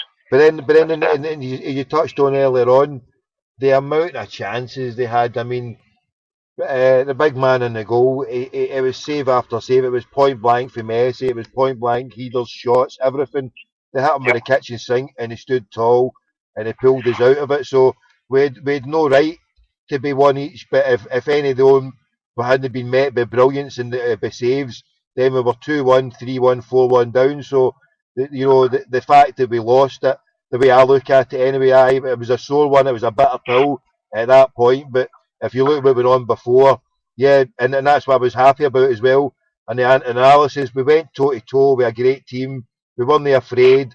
We had a bit of better luck. If Samaras had kept us on, we could have made it, 2-1 ourselves, and the whole complex of the games. But the important thing is we what we did, and where's that other team that we used to be called, whatever they were called. They're playing in the nether regions, and we're mixing it with the greatest of the greatest. Know what I mean? So Mm-hmm. how the mighty have fallen. I'm going to jump in here on behalf of the goalkeepers, but Foster made a lot of good saves here. They're missing you. They're missing you. He's one of the 11 you. guys that plays for Celtic, and that was his job. And Messi wasn't good enough to get the better of Foster. So yes, on the face of it, they might have scored 4 or 5. The reason they didn't was because their players weren't good enough to get the better of our players, including the goalkeeper. And if we're not good enough to get the ball past the goalie and into the net, then credit to us. I always think it's a bit of a shame when the goalie doesn't get the credit for doing the things that he's there to do. If the defender makes a great tackle, we're all quite happy to say that was superb defending. So now you're proving one thing here for anybody listening on the Kerrydale Street, which I hear you're a goalkeeper of kind of high repute on there. I saw somebody pining for you. Where have you gone? We're missing a goalie. We're a goalie down. So I take it you're a goalie then? I only play in goal because I couldn't last 5 minutes outfield anymore. So you were I always enjoyed playing in goal. I played in goal when I was at school, and I think I was a primary 6 goalie. We played a couple of games, but the first season of the first game in primary 7, and we get beat. I think it was 5-4, and the team was played. There was a girl playing on it, and I let in a couple of the goals, and that was the end of my goalkeeping career. A girl scored against me, and so I don't know what you're saying. The ignominy of my career coming to an end because a girl scored against me in primary 7. But yeah, goalies are. Yeah, you're right. It's a fine art, and the boy. I mean, he came, and I don't know. He was a big boy, a big lumpy boy, and the thing that was there that was missing was the confidence, and it took him to that save with the Hearts and everything from that point onward just blossomed. He just blossomed. He just took it on. Everything's just it was like, and the hesitance at times in that season, when the first season, he was like hesitant. He didn't know. He wasn't sure.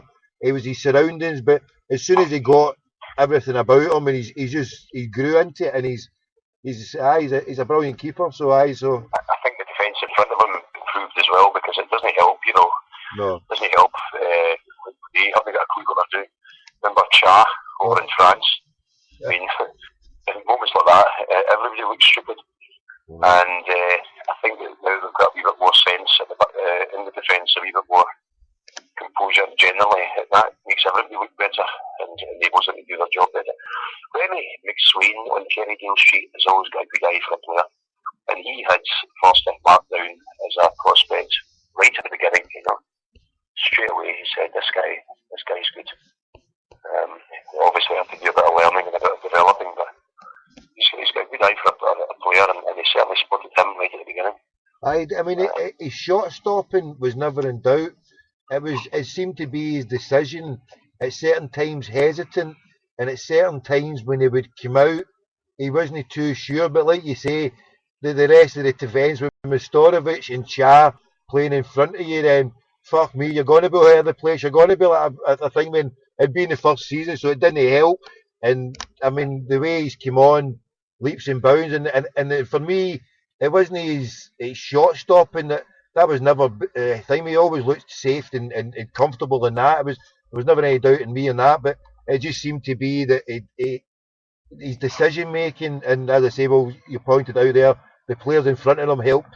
If he's all other place, it's because the players didn't inspire the confidence, and at times we get caught out. I can't remember the goals or whatever, but a couple of ones he kind of half came out, half didn't he, and made to look the thing. But you're right,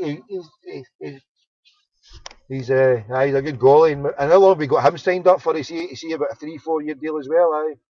Aye. No, you got me. He only signed probably at the start of the season. Was that a 3-year deal? I can't remember. Aye, But I would expect it to be a few years. He'll do me. I think he's a smashing goalie. And Kelvin Wilson at the back.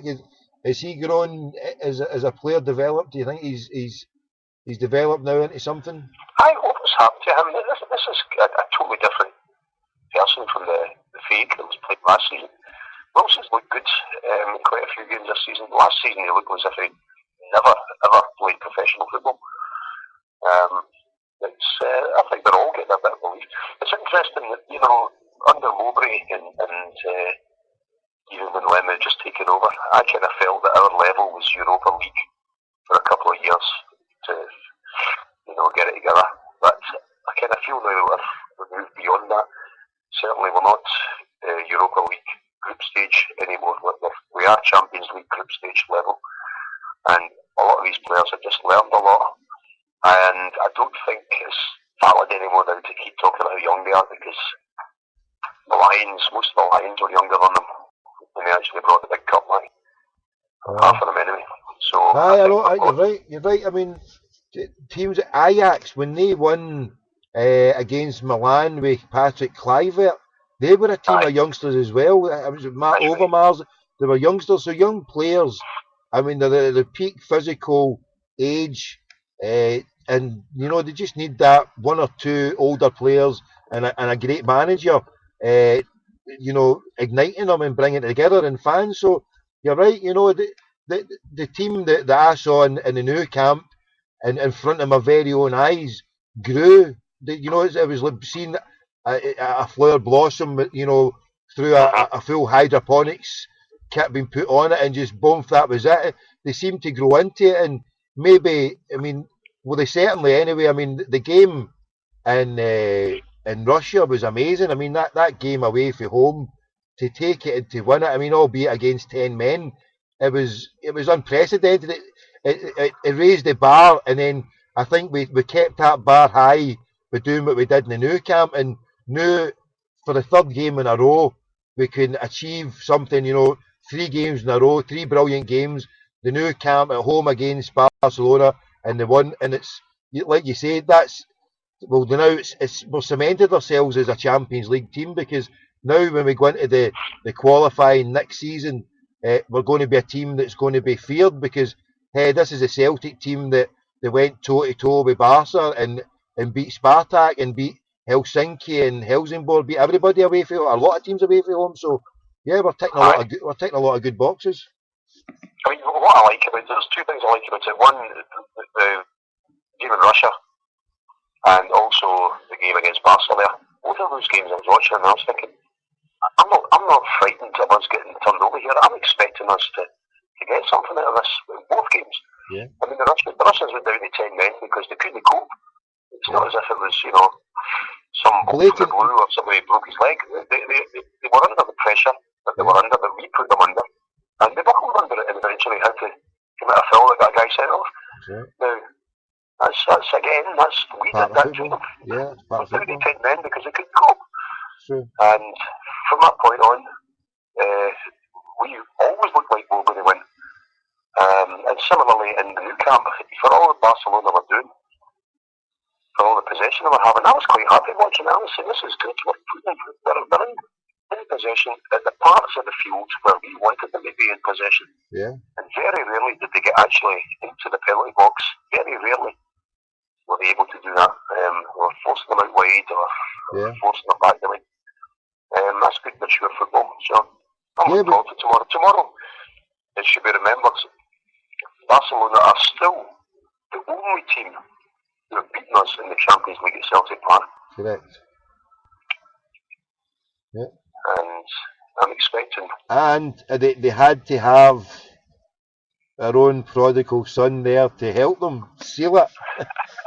Because the times when he wasn't there, and he was the difference to unlock the Arsenal team when they won the big cup themselves, and he was the difference against us. So they've not got him. He's a man. So even Barca, and I think a lot of the Barca players, even without our resurgent team the way they are now, I think they show tremendous respect to our club. They know that, and it is like my friend who's over there.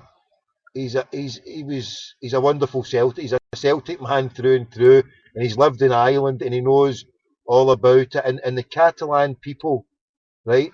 They know they know their history also. They know about Celtic and the troubles and so they respect us. So they're coming tomorrow with a respect of our thing, mate. It's a joy, mate. It's going to be brilliant, mate. I've sold 2 tickets that I got from the Barcelona end that I had. I initially had the idea of getting into the Barcelona end and looking on in awe with all the Celtic fans, but when we get turned over there, I thought, hold on a minute, and as times went down in it, and I've managed to give the 2 tickets to 2 nice people that are going to enjoy it in the Barcelona end. Well, I bounce about like a lunatic with the Green Brigade with my wee lassie, so all's good. I'm looking forward to the £10,000 display that the Green Brigade have toiled on. So it's going to be. I've seen a preview of it. Have you seen a preview? Aye. There was a photo earlier on tonight. Share it with us. What's it like? Eh? Share it with us. Well, what's it like? I'll go get the game away here. Come on, come on. There's only one man and a dog listening to me. There's nobody else listening to us. There was a big Celtic cross. You could see the sheets had been laid in the papers. Had been laid on the seats. The sheets of paper had been laid on the seats while Barca were out going through their training routine. And there was a photograph of the ground, from way up the back of Rangers, I suppose. And you could see that the very vague outline of the big crest, the old Celtic cross crest. So that was in the Green Brigade end. But I'm sure it'll be lovely. But the thing is, it's a great sporting occasion. It's not a fucking battle. It's not a war. It's not life or death. It's not, if we lose the game, we don't go into liquidation or find all our club heroes are going to jail or anything like that. This is just a very enjoyable sporting occasion at the top level of the professional sport in this continent, and we're part of it. And that's the way I look at it. If we get another glorious night, all the better. If we get beat, so be it. But we're still a great club. Might not be the best team in the world, but we're the best club in the world. Yeah, true. And the thing that I respect about Barcelona more than anything is that the Catalans, if anybody knows anything about their history and what they suffered against the fascists, and the team, the abuse, the decisions in some of the games, similar. I'm reading a book now. There's a gentleman coming tomorrow. I'm going to try and get along to it, hopefully, God willing. A guy, I'm reading his book, Jimmy Burns. He's wrote a book about Barcelona, and the bit I got up to in the book was, and I spoke to my friend about it, and it was a game they walked off, and he called it the game of the I don't know whatever he called it, but it was I think it was in 72, and they walked off because of a terrible, atrocious penalty decision. And I'm reading the book and I'm like, hang on a minute, this is just it's just exactly the same as us, and exactly the same what they suffered in the sporting sense, and how their nationalism and how it was suppressed, how the leader, their own president, right, was killed by fascists, and that's the same one, Josep Sunyol, I think that's the way I'm pronouncing it. This is the same guy whose monument in the Plaza de la Catalunya was pissed on by the zombie bastards. But so you can imagine it. Imagine a Celtic president. This is. How can I put it? This is Jimmy McGrory or Robert Kelly. Sir Robert Kelly taken into the foothills of Lurgan and shot or something. That's what happened to the Barcelona. They suffered oppression, so they know. They know what we have suffered, and they respect that. And Celtic fans who don't appreciate Barcelona. Okay, I mean, a lot of times people can be sick with saying, "Oh, Barcelona not Italian," but for me, for them as a people, for what they have suffered, is so remarkably similar. And then you look what the club, I mean, just on the sporting arena, looking at the terrible sporting decisions, and it comes from a fascist royalist club whose self entitlement and belief. And I found out something about reading about uh, how they really well probably took their vengeance out against the Catalans and maybe the Basque region was because their empire was they lost it. They were losing their empire of the Americas, and so they took out their viciousness, and the only place that they had left they could say, "Oh, we're controlling it," and that was the Catalans. So the Catalans had to had against them the vicious streak of the fascists from Spain, who were just vindictive evil bastards who, unlike the British, who had an empire that stretched all over the place, the retreating fascist bastards in Spain just, they could concentrate on only Catalonians, you know what I mean, to butcher and massacre and treat like fucking subhuman animals, So the Catalonians have got tremendous respect as far as I'm concerned. Aye. Yep, there's all sorts of colours and undercurrents that go in with a lot of clubs that form a bond with the supporters and so on. But as far as I'm concerned, tomorrow, I don't care who they are. Exactly. That's how I see Celtic get touring. I think that's, at this point,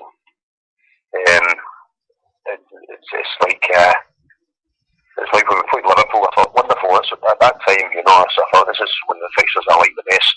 Yeah. Celtic Liverpool. But by the time it gets to match time here, you say, right, let's get into these, Of course, I know. These Scouseskits. I don't care how good a club they are and how much we have in common or whatever. This is it. Let's get touring. And I felt that on when I was in the new camp as well. I felt 100% that, and I was like, because only a couple of weeks before I'd sat there supporting Barca against the Royalists from Madrid. I mean, and aye. and only I was turning around and I was shouting at, "Come on, get into these Barca bastards!" And I'm like, hold on, the last game that these played here, I was fucking cheering them on and supporting them, but in truth be told, and that's why I didn't want to sit in the Barca end, because just having that experience and thing with it, with your own. I mean, I know I'm eulogising and saying all about the Catalans and thing with, but when it comes to football, I mean, and especially the thing with, I'm always going to be wanting Celtic. I'm always going to look at Barca and say, "Oh, this and that are the Catalan people."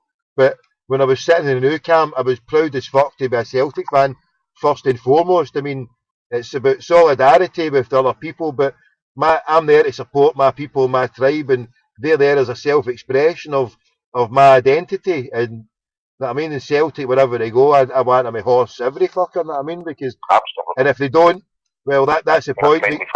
Yeah, but then I'll appreciate the fact that, hey, look at what's beat me. It's been someone who's nice and who's the same background. I can appreciate a Catalan team beating me. I mean, better than I would hate Royal Madrid to come up and beat us tomorrow. I mean, I would fucking hate those bastards with that Mourinho coming in and rubbing his arrogant nose about it. So that's the way I look at it for tomorrow. Anyway, if we're going to get beat, it's going to be with a nice group of people, and as long as we put ourselves out there and do ourselves justice, then it's double bonus if we win as well.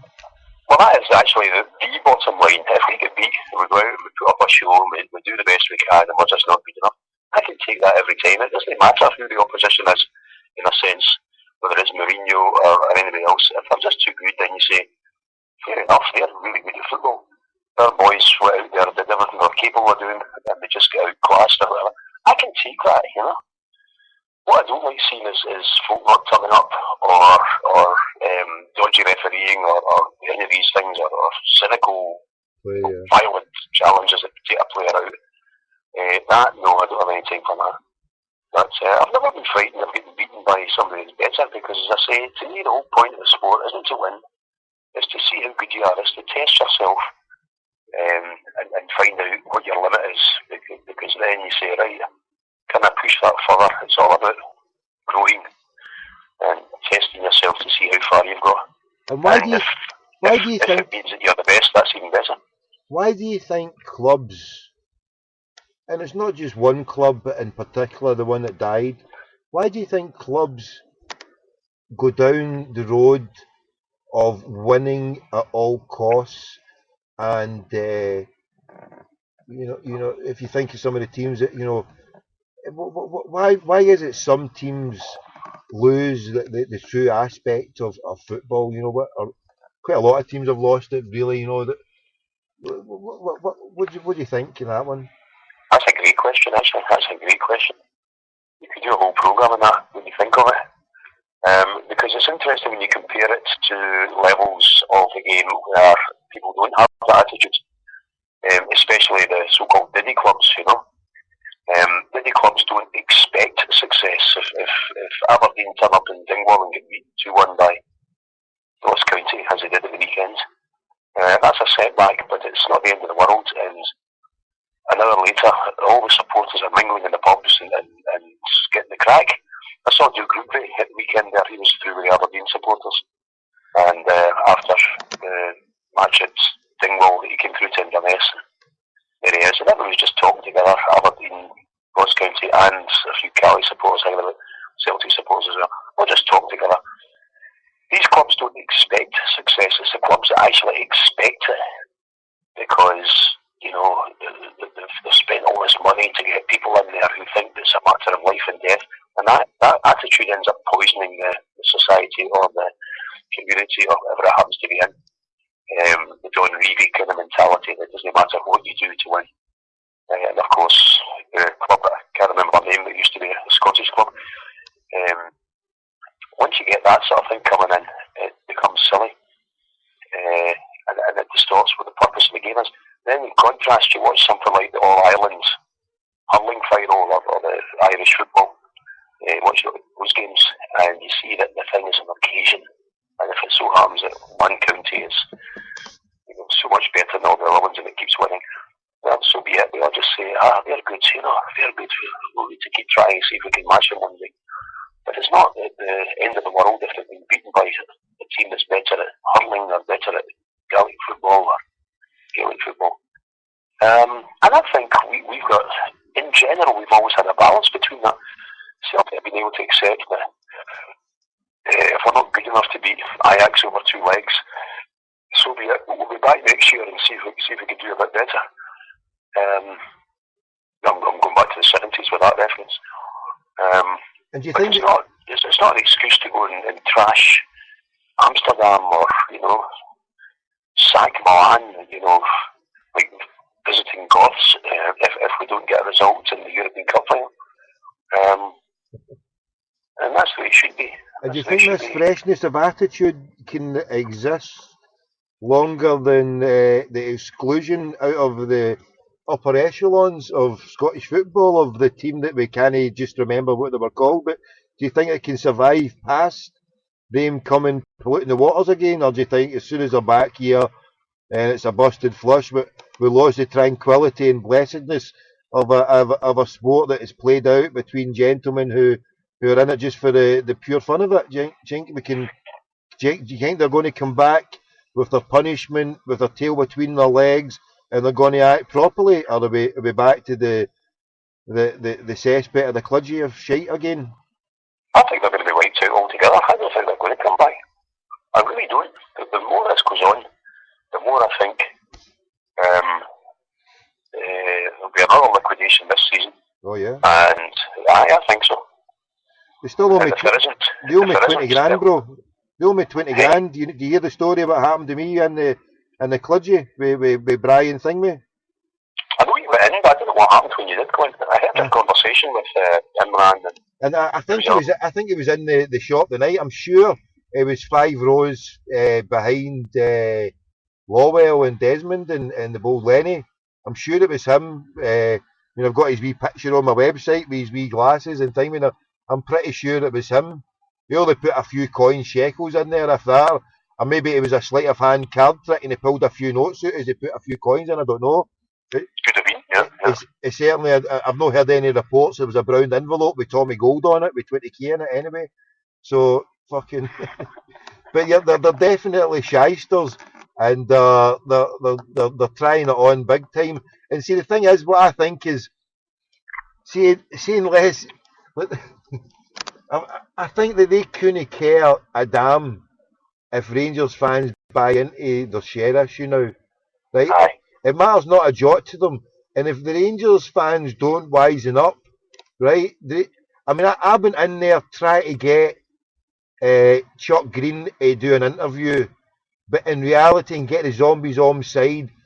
But now thinking about it, right? They didn't need me, or they don't need the zombies, and maybe, just maybe, they want as less zombies to buy as possible because they can get once they've ripped a new arsehole out of them and liquidated them, they'll just bounce along like Portsmouth, and it'll keep happening year after year after year, and hell slap into them because it couldn't happen to a better team, and they're no equipped mentally as a fan base to sort it out or do anything about it, but makes it even more joyful. But the fact is that say for an instance, this was Celtic, right? If one of us managed to work it out and say, right, let's buy all the fucking shares, we've got the club, and nobody can control us. Now they are presented with this opportunity just now, but they're that daft. They're going to turn round and say, oh, and the way I think they're seeing it now, because Chuckles is sitting there throwing moonbeams all over the place, and he must know at some point they're going to find out, and they're going to think, and I've wondered, why did these two guys, and both of them at different parts of two calls, say to me, are you recording this? One of Imran said, are you recording this, Tommy? I says, yeah, of course, for education, entertainment purposes only. And Brian said that also. So, and I try to work out, why would they do that, knowing that? And it's as if they maybe that conversation we had where they seem to be doing everything on purpose to get themselves into trouble. So maybe Aye. this is another part of that exercise of, fucking make sure the Rangers find us out so they don't buy the fucking shares, because Rangers fans, and him going out and saying all this, and I've even heard Rangers fans on Clyde or whatever saying, oh, he saved 5 players would be from the thing when he saved 3 billionaires and all this and that. So if they don't give 1 penny, then he gets another lot of spivs in, and they just take the money through whatever fucking lease backs, through season books, and no having to pay players. So they can rip them a hole for a whole year, and then liquidate them again, administrate them again. Some other fucking mug comes in, repeats the process ad infinitum, because they really are that stupid. But they could put a block by en masse saying, we'll buy every one of the things and control our own fucking club, but they've not got the wherewithal, they've not got the brains, and hell slap it into them. Aye, the supporters haven't got the expertise. No. These ones that are running the show at the moment, I think they know exactly what they're aye. to do. Oh, aye. It's got nothing to do with the benefit of Rangers Football Club Not or at all. Sevco Football Club or whatever it's called. Not at But all. at the same time, I think that their plan has, it's taken a few torpedoes, and they've had to chart their course a few times. And it's now at the stage where I think, rather than wondering how they can carry on their attack, they're now starting to think, how the hell do we get out of here in one piece? The HMRC the fact that they are going to start investigating Sharples Green's tax affairs is a significant development. BDO statement earlier on today. What was that? I never heard it. Basically, it's just been fine. Basically, just outlining the powers that they have, and their kind of remit. See if I can find this quickly. Should be on the timeline on Twitter, I think. But the thrust of it is Barca boy. You know Barca boy. Right. He's basically saying, in answer to various questions about it. Where the hell's it gone? He's basically saying that their powers are pretty extensive, and they can go wherever they want.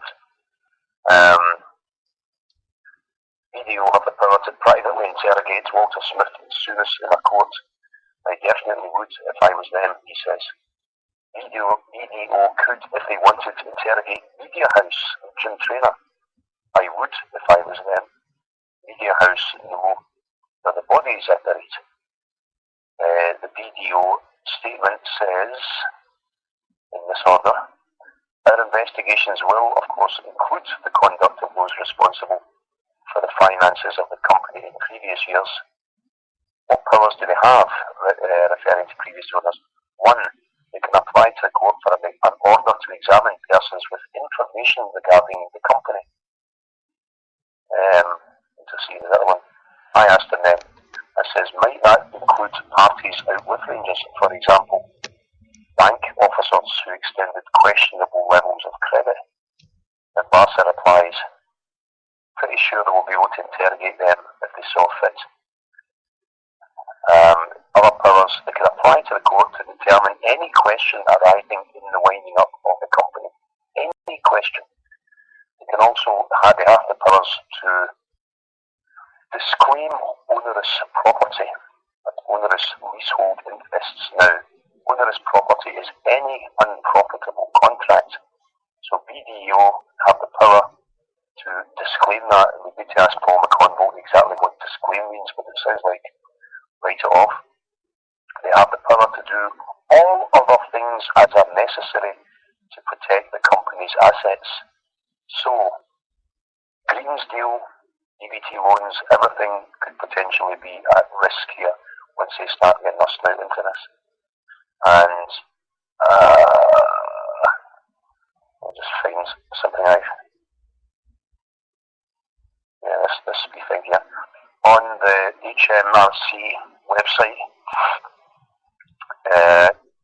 INS 44510, ought to investigate in how the liquidator's powers to enforce cooperation. Can directors and other persons be forced to answer questions in court? Yes. Section 2361A of 1986 allows the liquidator to apply to the court for the private examination in court of a person who has been an officer of the company at any time. Any person known or suspected to have in his possession any property of the company or supposed to be indebted to the company, and this is what I love, any person whom the court thinks capable of giving information concerning the promotion, formation, business dealings, affairs or property of the company, for example, banks and professional advisors. I absolutely love that, because if they decide that they want to pursue that line, I would think there'd be at least one person on the board of Dunfermline Athletic at the moment who might have an uncomfortable couple of years ahead of them. And did you hear the interview I did with the ex-president, Mr. John Macbeth? Because I've not spoken to you time on air anyway regarding that. Did you hear the chat with Mr. John Macbeth? How long ago was that one? Just prior, days, if that, weeks before, days before the Ogilvy interview. Right, I've got a lot of stuff downloaded that I've not had a chance to I know, because catch up on yet. you're on holiday and that, yeah, no. Well, it actually, I'd put a theory at the end of it. I mean, it was remarkably candid, it was open. What a wonderful, brilliant guy, open, brilliant. If you get a chance to listen to ASAP, because, and then he spares, he pulls no punches when he talks about Murray. But it was interesting when I threw the argument together that we opined about a few times, and certainly what you put me on to about Masterton, and I put the stadia. I said, so we had a bank with a banker who worked as a stadia with his best friend, building stadia for a company that went bust. And when I put the whole thing to him, and he kind of laughed, and he went, "Oh, is this the one from Dunfermline?" And then when I put my theory to him, and he went, "Well, that's one kind of theory." And I said, "Well, expand, please. Like, whistleblow more. Tell us more." And like, "Oh, no. But if that's the one," I went, "No, yeah." And it was telling, and at that point, as I say, because I threw the kitchen sink at the bastard of Masterton and Thyme for what he did, and I think I even threw in I got a bit of Thyme. I think I went, "It's a full Masonic cabal and Thyme," and then at that point, it gave good copy for the 20-30 minutes that I grabbed him for. So, and I let him off the hook. He was happy to go. He's a brilliant guy, a brilliant interview. I'm going to try and speak to him again, because the comments he spoke on Murray was damning as well. You know, when I called him quote unquote an astute businessman, and he said, and then he tore him apart. Yeah, he was like, yeah, for the astute businessman that he was, he tried to do us over a barrel for the rental of Hampden and forced our cards basically to build another, a new Hampden instead of, being hold over a barrel to a bastard like that for, Scotland playing their games at Ibrox, yeah, because I think that's what they were holding out for. I think they were maybe holding out that Celtic got their ground up to speed, and then they could have just flipped between using Ibrox and fucking Thingway. And if they ever had a final between the two of them, I think what they would have done is, well, they would have tossed a coin and started off right.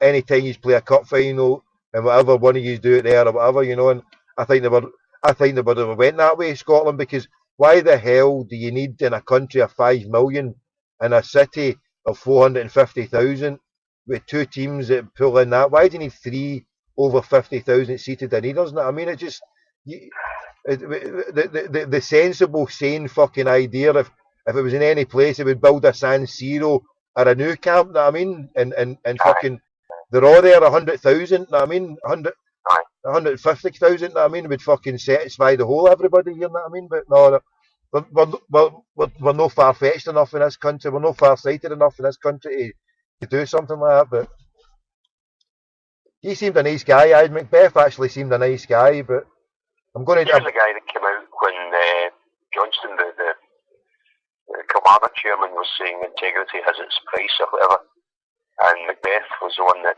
issued the statement saying, once you start selling integrity, there's no sport left.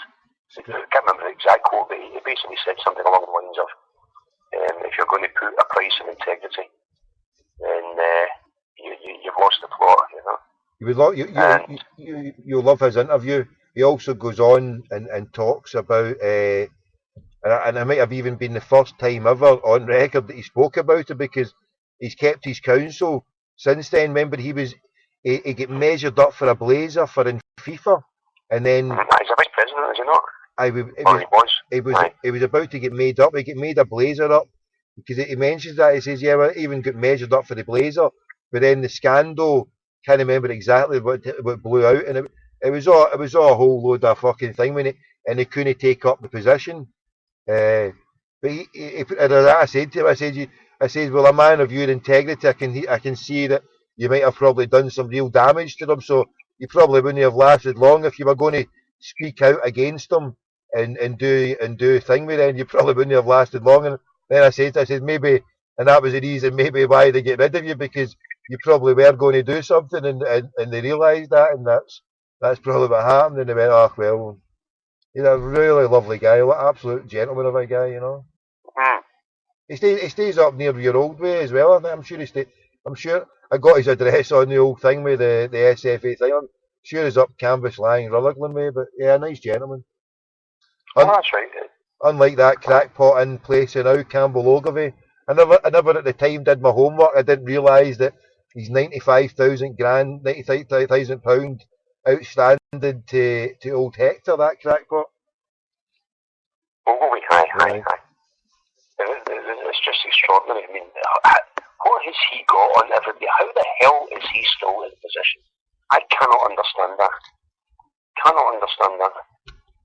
He's exposed at every level, and yet he's untouchable.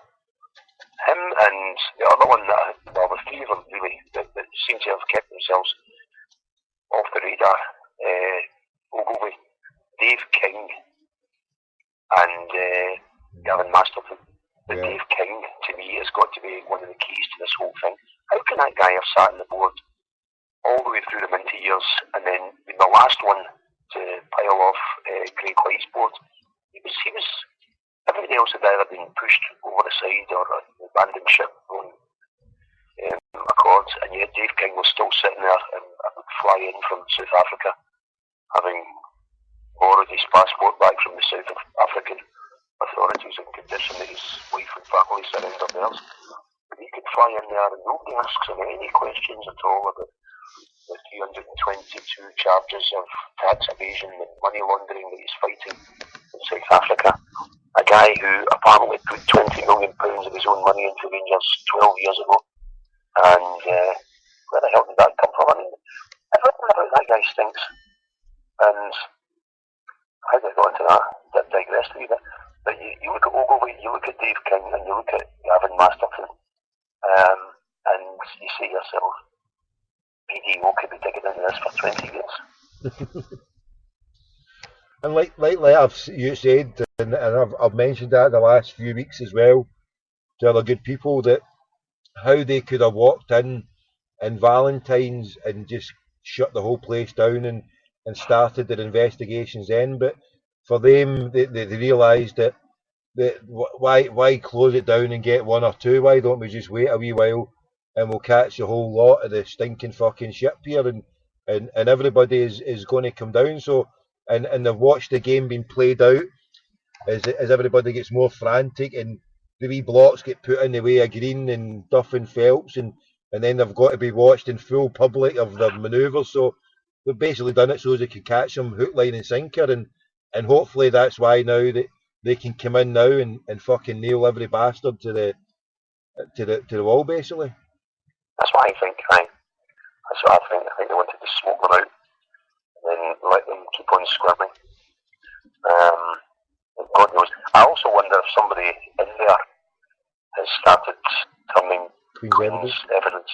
I thought that when White came blotting out, and with White, and then the more I think about White with the tape recordings, he's realised what he was up against back then, back at the time when I did the phone calls, maybe even before then, and maybe that, I mean, certainly he started recording fucking everything then anyway.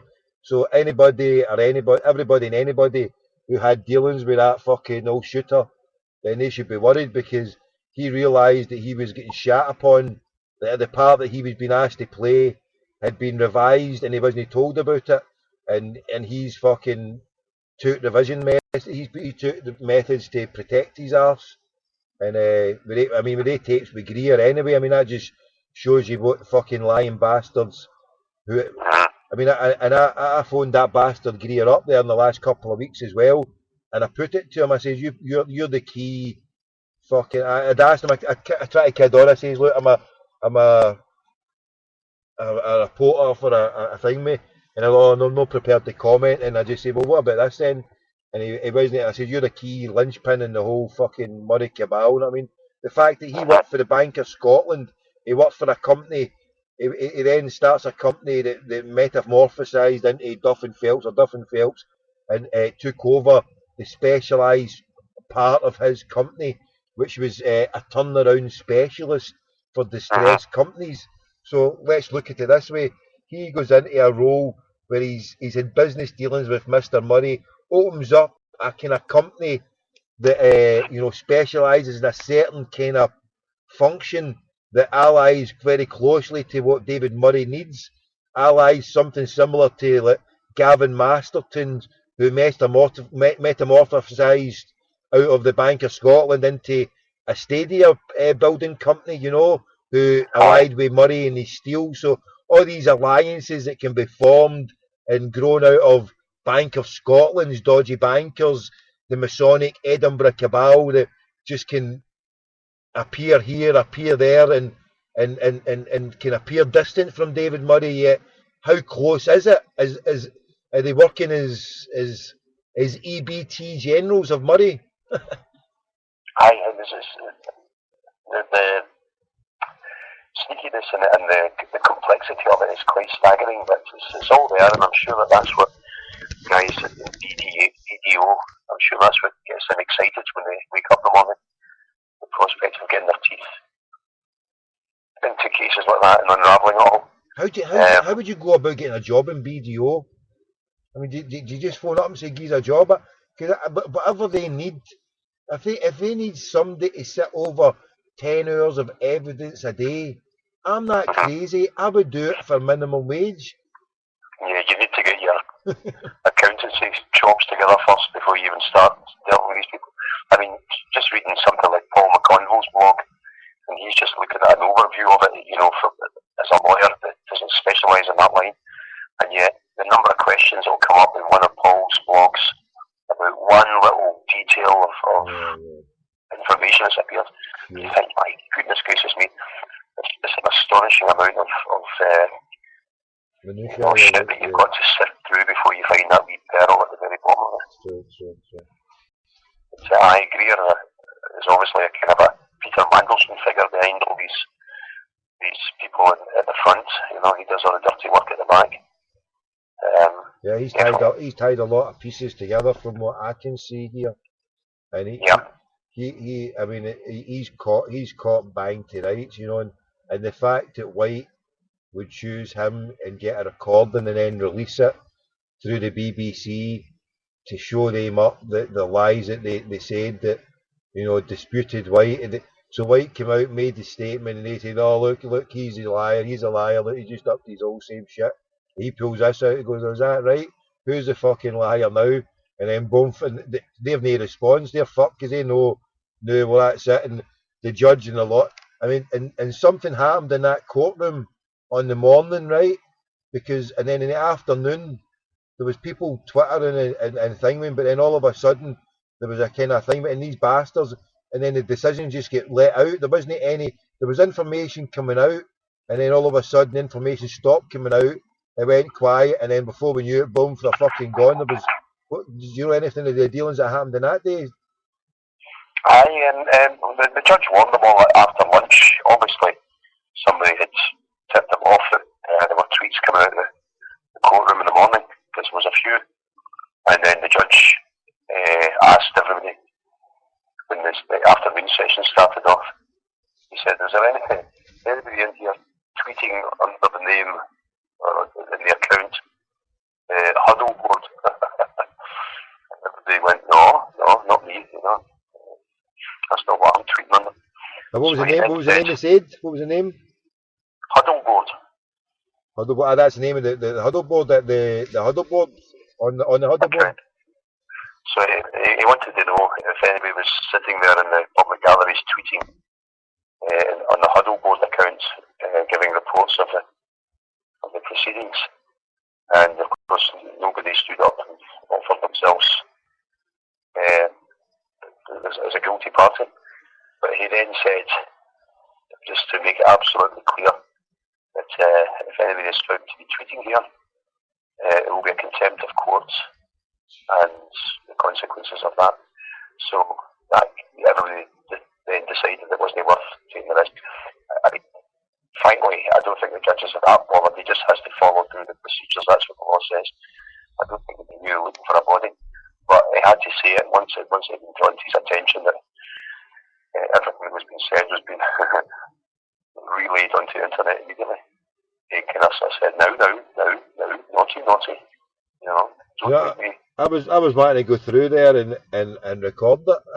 I'd even asked someone who I'll not even mention who, but I asked someone to phone me, and I would broadcast it on the fucking internet. But they blackballed me, and hey, babe, who's to say? I mean, my link might have managed to breach it, but I mean, they could have.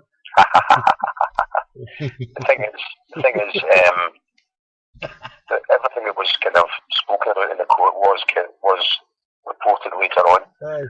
There were a few people that were present there that had gone there specifically to get a blow-by-blow account recorded, one way or another. He was just making mental notes, and again, somebody sent all the relevant stuff to Paul McConville's blog, and that was reported as a witness, which is fair enough. That's allowed. So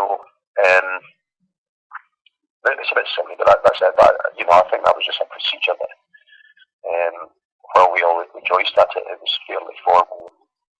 Nothing sensational was likely to happen. The really significant part of that afternoon was that the judge made it absolutely clear, not the afternoon, the morning, the whole session, he made it absolutely clear that he regarded Duff and Phelps' conduct as being worthy of further investigation and scrutiny. Yeah. He wasn't satisfied with the report they'd given him. He was angry that there were pages missing that he was expecting to be completed, and he wanted to take it further. So he gave them notice that he was not going to give him an easy time. Yeah, so quite right. I mean, any dealings I had with the bastards, they're just fucking. The whole thing's been, the whole time's been a shambles, and they've been key participants in it. I mean, the dealings I had with Charles Walder, the dealings with someone who, you know, it doesn't matter about people think if he was credible or no, or thing with the fact that listen, it could have been Lord Haw Haw, it could be Screaming Lord Such, it could be King Billy in the back of fucking Shergar, right? It could be the Queen with billions. It could be the Rothschild banking cabal itself with Amschel Mayor fucking Bauer, the original Rothschild. It could be Rockefeller. It could be George Bush. It could be Satan himself. It didn't matter. They were never, ever, ever going to deal with anybody other than their own fucking clique and cabal that had originally bought it from David Murray. So the paper trail goes straight back to Octopus, straight back the whole fucking way. And so Duff and Phelps, they blackballed everybody and anybody, and at the same time they put down a whole song and dance, Bill Miller, Club 9, Bill Nigg, all this as if to seem that they were actually doing something, right? And so it's as if they had the whole thing there, and anybody that did have anything decent, there was only one person from what I can see the whole scenario, and as soon as he appeared, within hours, they had a deal signed, sealed and delivered, and Chuck Green was in there. But hey, I'm just a mad paranoid internet bampot conspiracy theorist. Who am I to say? But certainly it was good to hear Hodge having the exact same opinion of Duff and Phelps, but at least he's got a power to do something about these shyster bastards. Absolutely. See, I think all that Billing and Bill Miller and all that lot, I think that was just a time dragging the thing on to the end of the season. My feeling is that initially the plan was that probably Dave King, I think that's where the ticketus money really came from, but I think the plan was to set up a Patsy, while he'd been the Patsy, to take the rap for folding the club, with the news managed by Trainer and all his cronies, and then quietly in the off-season liquidated, reinstated in the SPL, carry on with the minimum of fuss would hear next to nothing about it, and White would go away with his small payoff or whatever it happens to be. And I think when that unravelled from White's point of view, once he started to realise he was duped, I don't think he's gone clean evidence. I think he's just trying to rattle the cages of the ones that have shafted him, because he's probably figured out what's going on, and he's making it clear that if he's going to get shafted, they'll take the rest of them down with him. I think that was a plan, and I think that's why Dave King's never really left the picture. I think it was his money, and I think all these other ones, like the ones that have actually got professional skills, like Imran, Stockbridge, and Greer and all that, I think they have always been involved in this. They've always been part of the planning committee.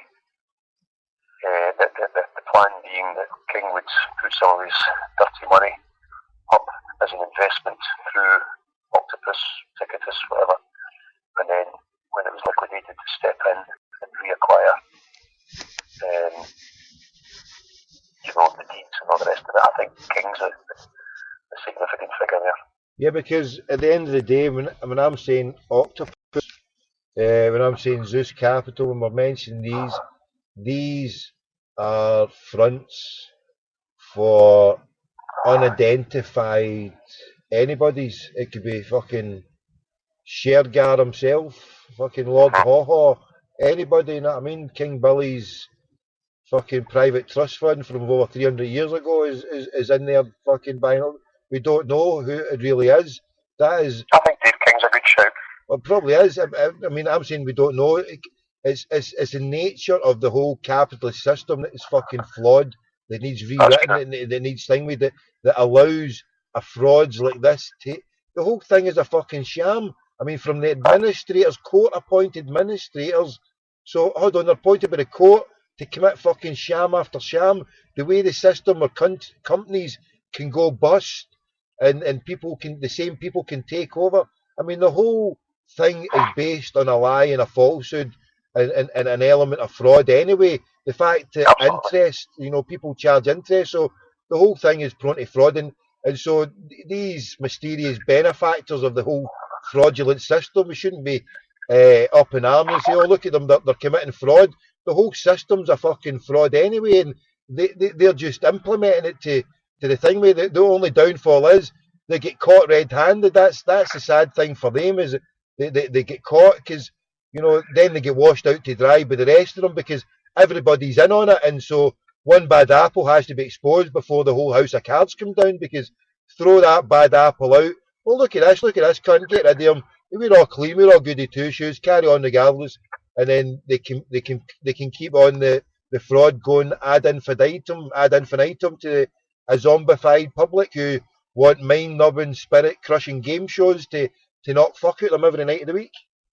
You bring up a good point there. The entire system stinks. The more, I think we've all been on a steep learning curve with this entire thing, and the more we've all looked into it and sort of asked questions and said, but surely, and then you get the professor saying, no, that's the way these things work.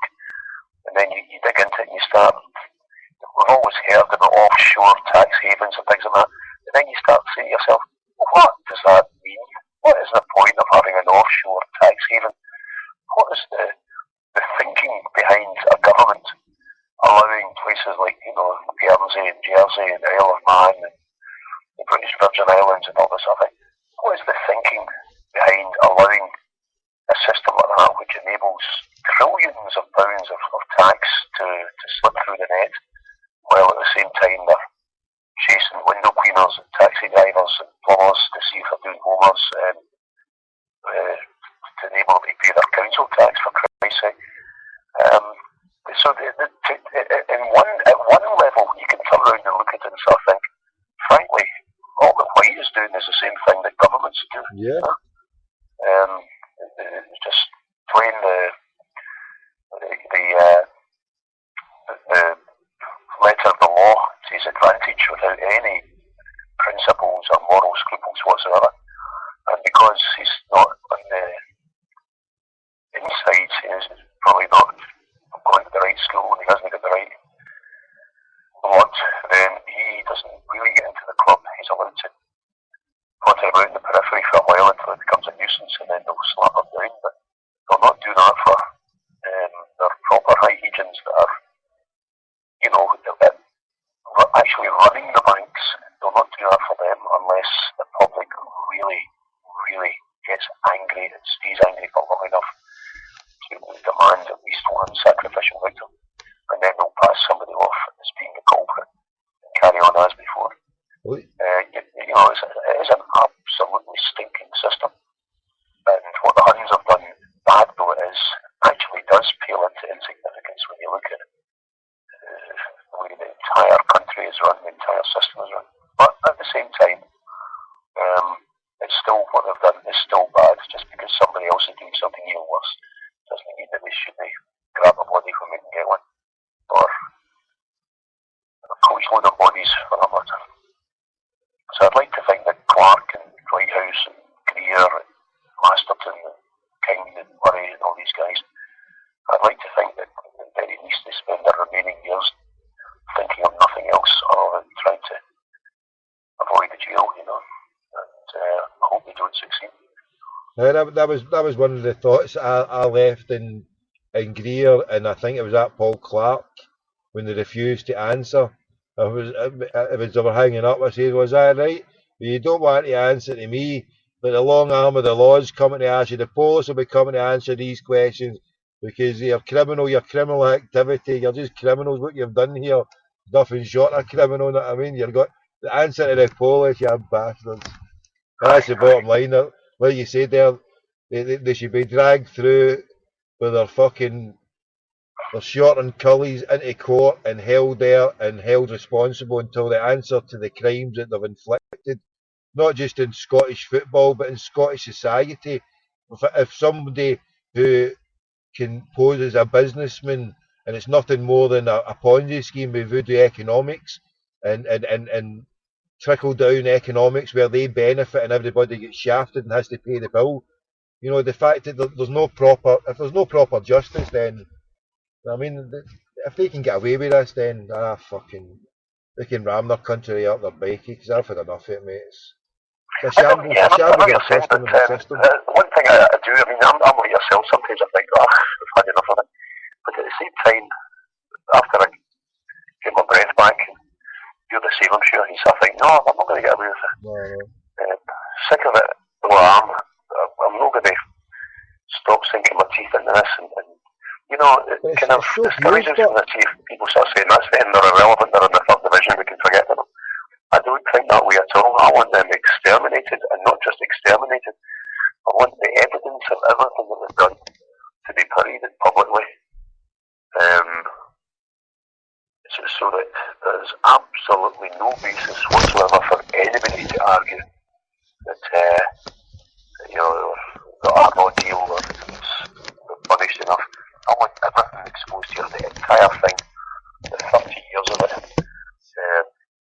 involving everybody, the press, the referees, the SFA, everybody that was involved in it, to be exposed and shot down for what they are, and then you move on. Do you think that's the only way that you can make absolutely sure that it doesn't ever happen again. See, to bring down the governing bodies in the system, do you think if there was one EBT, just one solitary little pissant EBT for just £1 grand, £5 grand, £10 grand, any amount of bag of sand, just one, maybe even two would be brilliant.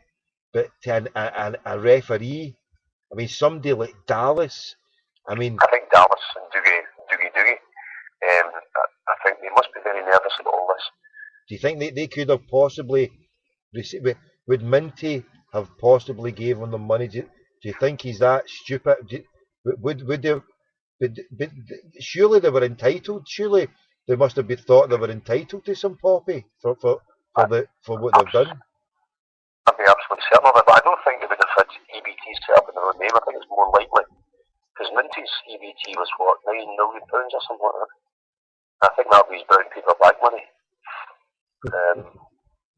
You know, maybe a wee housing investment in Spain set up for somebody to buy into something like that. Oh, now you mention that, didn't Dallas and McDonald's have a joint venture property in Spain?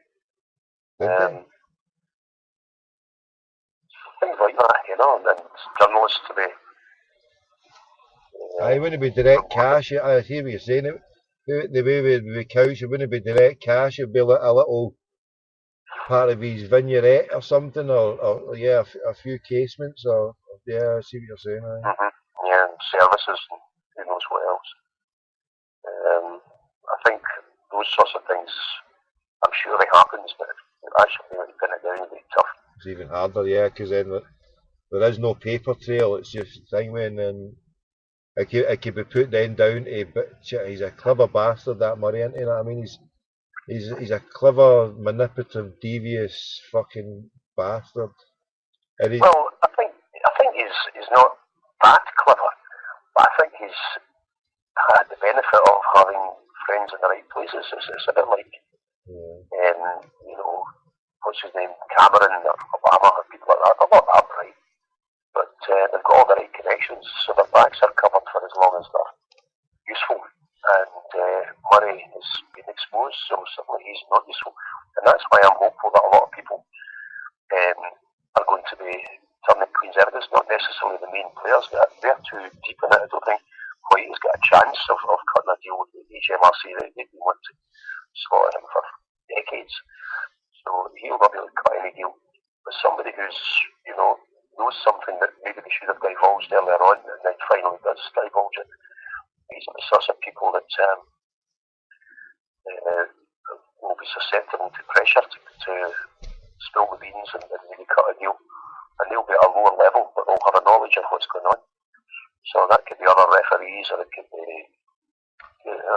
other directors, John Gregg or somebody like that. I mean, I'm not saying it is him, but somebody who's just been sat there as a kind of a non-executive director, but is suddenly finds himself liable in law to, a £1 billion crime. He might be possible to lean on him and at least get him to cough up a few nuggets, or maybe people lower down. But people are going to crack. But they don't owe each other anything once it gets to this level. We're only in it for the money or the prestige. And if that's going to be taken away from them as well as their liberty, a lot of these people would rather shit in their erstwhile buddies than take their rap, as we saw with the White there. He's not going to go down alone. He's already made it clear that he can nobble career. There'll be a few others now really nervous about what else he could divulge, and that will strengthen his hand for the moment. It's a fabulous mess. I love it. I know. Serves him right. Serves him right. But anyway, Henry, I better let you cut loose and hang me. I'm sorry to have me take the time. And we're talking. We've now delved into the nether regions of the third division of Scottish football, and it's been a positive, fruitful night talking about the birthday of Celtic and the Barcelona. But sadly, we've sunk to the depths of the nether regions, and I feel unclean having spoken about these savages of the nether regions. So let's lift ourselves and join in praise of a great Celtic team from 125 years. A guy called Jimmy McGrory was mentioned in the names of the people who enacted it. From James McGrory to Willie Maley to Jimmy Johnston. Jimmy McGrory showed me around the trophy room back in the 60s. I got a guided tour around the trophy room. Can I ask you, for your defining, there was a gentleman, I never got a chance to do it, but I'll bring it soon. It was just because I actually did a fair to Edinburgh, and straight after I did the time, but I was going to bring a gentleman who was actually at Lisbon. But can I ask you, just closing maybe for a couple of minutes, and I'll leave it and finish it once you've done it. For you, your defining moment as a Celtic fan, or how can I put it? For you, the best. I mean, you've summed up everything about what it is to be Celtic and everything.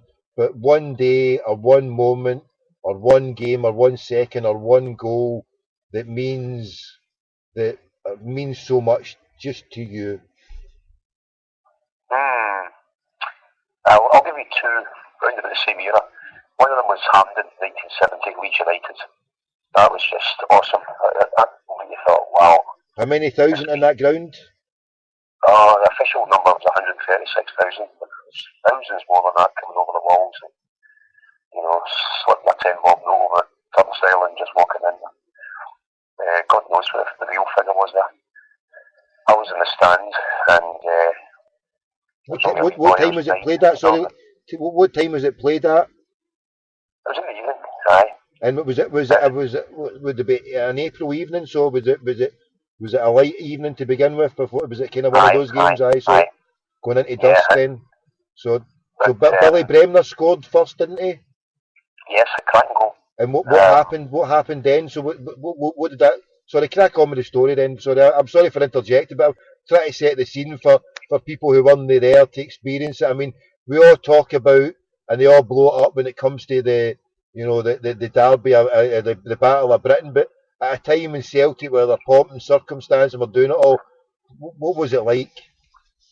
Well, the beauty of it was it came after a run of great results as well, because we'd beaten Italian champions Fiorentina. We'd beaten them 3-0 at Celtic Park, and we lost 1-0 in Italy after that, but that was fine. And then we'd absolutely pumped Benfica 3-0. It could have been 7 or 8, and Benfica had been in the final just 2 years before that, and still did Eusebio play. And then, of course, course, we went to Lisbon, and I think that referee was nobbled that night because he didn't have the 5 minutes extra time in those days, but Benfica seemed that they were allowed to play on until they equalised. I think they equalised at the 95th, 96th minute. Anyway, we threw that toss of a coin, but the point is, there we were playing two of the mighty teams in Europe, Italian champions and the great Benfica side. And now we're playing the English team of the century. And to beat them home and away, we'd already beaten them 1-0 in Ellen Road. And we got back into the tie with that Billy Bremner goal. And then we were just too good for them. We beat them again, 2-1 at Hampden. So the beauty of that was, you sort of thought, again, it was all Glasgow. There was new players in the team, Connolly and me, guys that hadn't been at Lisbon. And you thought, this could go on forever. This is obviously the best team in Europe. I still think we were. I think Steen just totally underestimated Feyenoord. I was going to say, on the background of what you just said there, I mean, I've heard it being mentioned that we underestimated, maybe even a bit arrogance from ourselves when we approached that game. But there, what you said, the way you built it up and portrayed it, and I thank you for that. The teams that we played, and as a Celtic fan who went through those cheating bastards doing what they did, and having victories hard to achieve, and European, I mean, to see us in Seville reaching some kind of closeness to what the older generation of Celtic fans were able to see was just a joy. So to actually put it like that, the way you've put it, like, it brings it in vivid how we were Barcelona of the day back then, how we were the Barcelona, the team that conquered everything.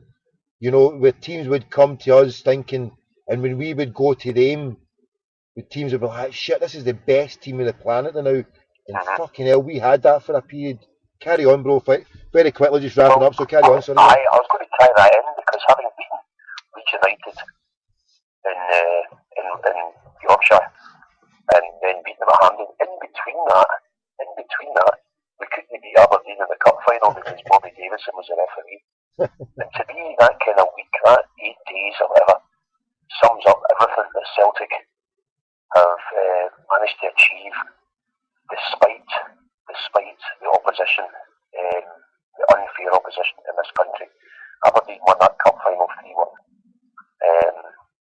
That penalty, that goal chalked off everything. Couldn't do anything. Murdoch was booked in that game. I can't remember any other time in his career he got booked, but Bobby Davison managed to book him. Aberdeen were given that penalty. Lennox and fairly sure scored a perfectly good goal. It was ruled off, and so on and so forth. So there we were. We could beat the best in Britain, we could beat the best in Italy, we could beat the best in Portugal, and we couldn't beat, albeit a very good Aberdeen side at the time, but they weren't good enough to beat us in a fair fight, in a cup final. And it wasn't a fair to me, fight. that really sums up Celtic even more than the kind of glory year of 67 or Seville or whatever, because there we were, we got a fair crack at it. We could beat anybody, and in Scotland we could get a fair crack at it. That to me is a kind of definitive week in Celtic's history that shows almost everything we were up against. Yeah. And it mirrors exactly from what Barcelona suffered as well. And anyway, we'll finish on that because, and then unless I'm going to try and get along to some of the stuff for the Barcelona stuff at the university maybe tomorrow, and bring a few wee live shows. And God willing, go along to the game tomorrow and enjoy it. So I'll bid yourself and everybody else farewell, brother. Yeah, and I'll get you along soon. We'll chat again soon. Always a pleasure. Enjoyed that. Yeah, thank you, bro. It's been beautiful. Thanks for talking to us again and sharing your experience, your wisdom. It's always good. Hey, well. Good. 12 years to the next 125 years, and it's nice to think that after all we've been through, 125 years of more or less trying to do the right thing, most of the time. Here we are, pinnacle of the professional game in Europe, playing one of the best teams in the world in the Premier Club competition, and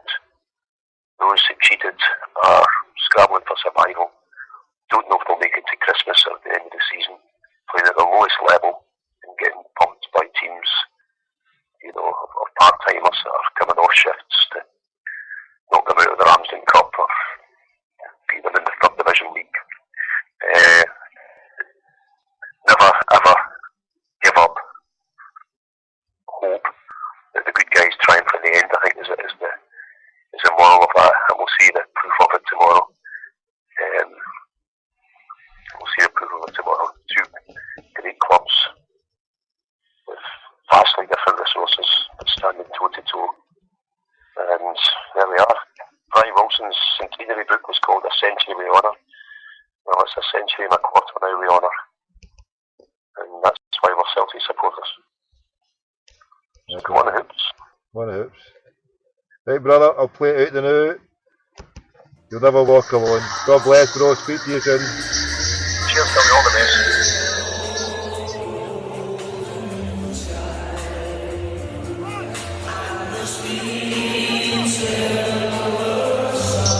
Go on, Celtic. Catch you goals later on today. Some point later on today. Hail, hail. I'll try and do a show before the game. And I've got one ticket left. I might have to be doubling up. I've got 2 tickets. I might be doubling up on one and giving another one away. But if anybody's got any tickets, we'll batter in. Let them come out. Speak to you before the game, hopefully. Go on, Celtic. Get thrown into these gas alone.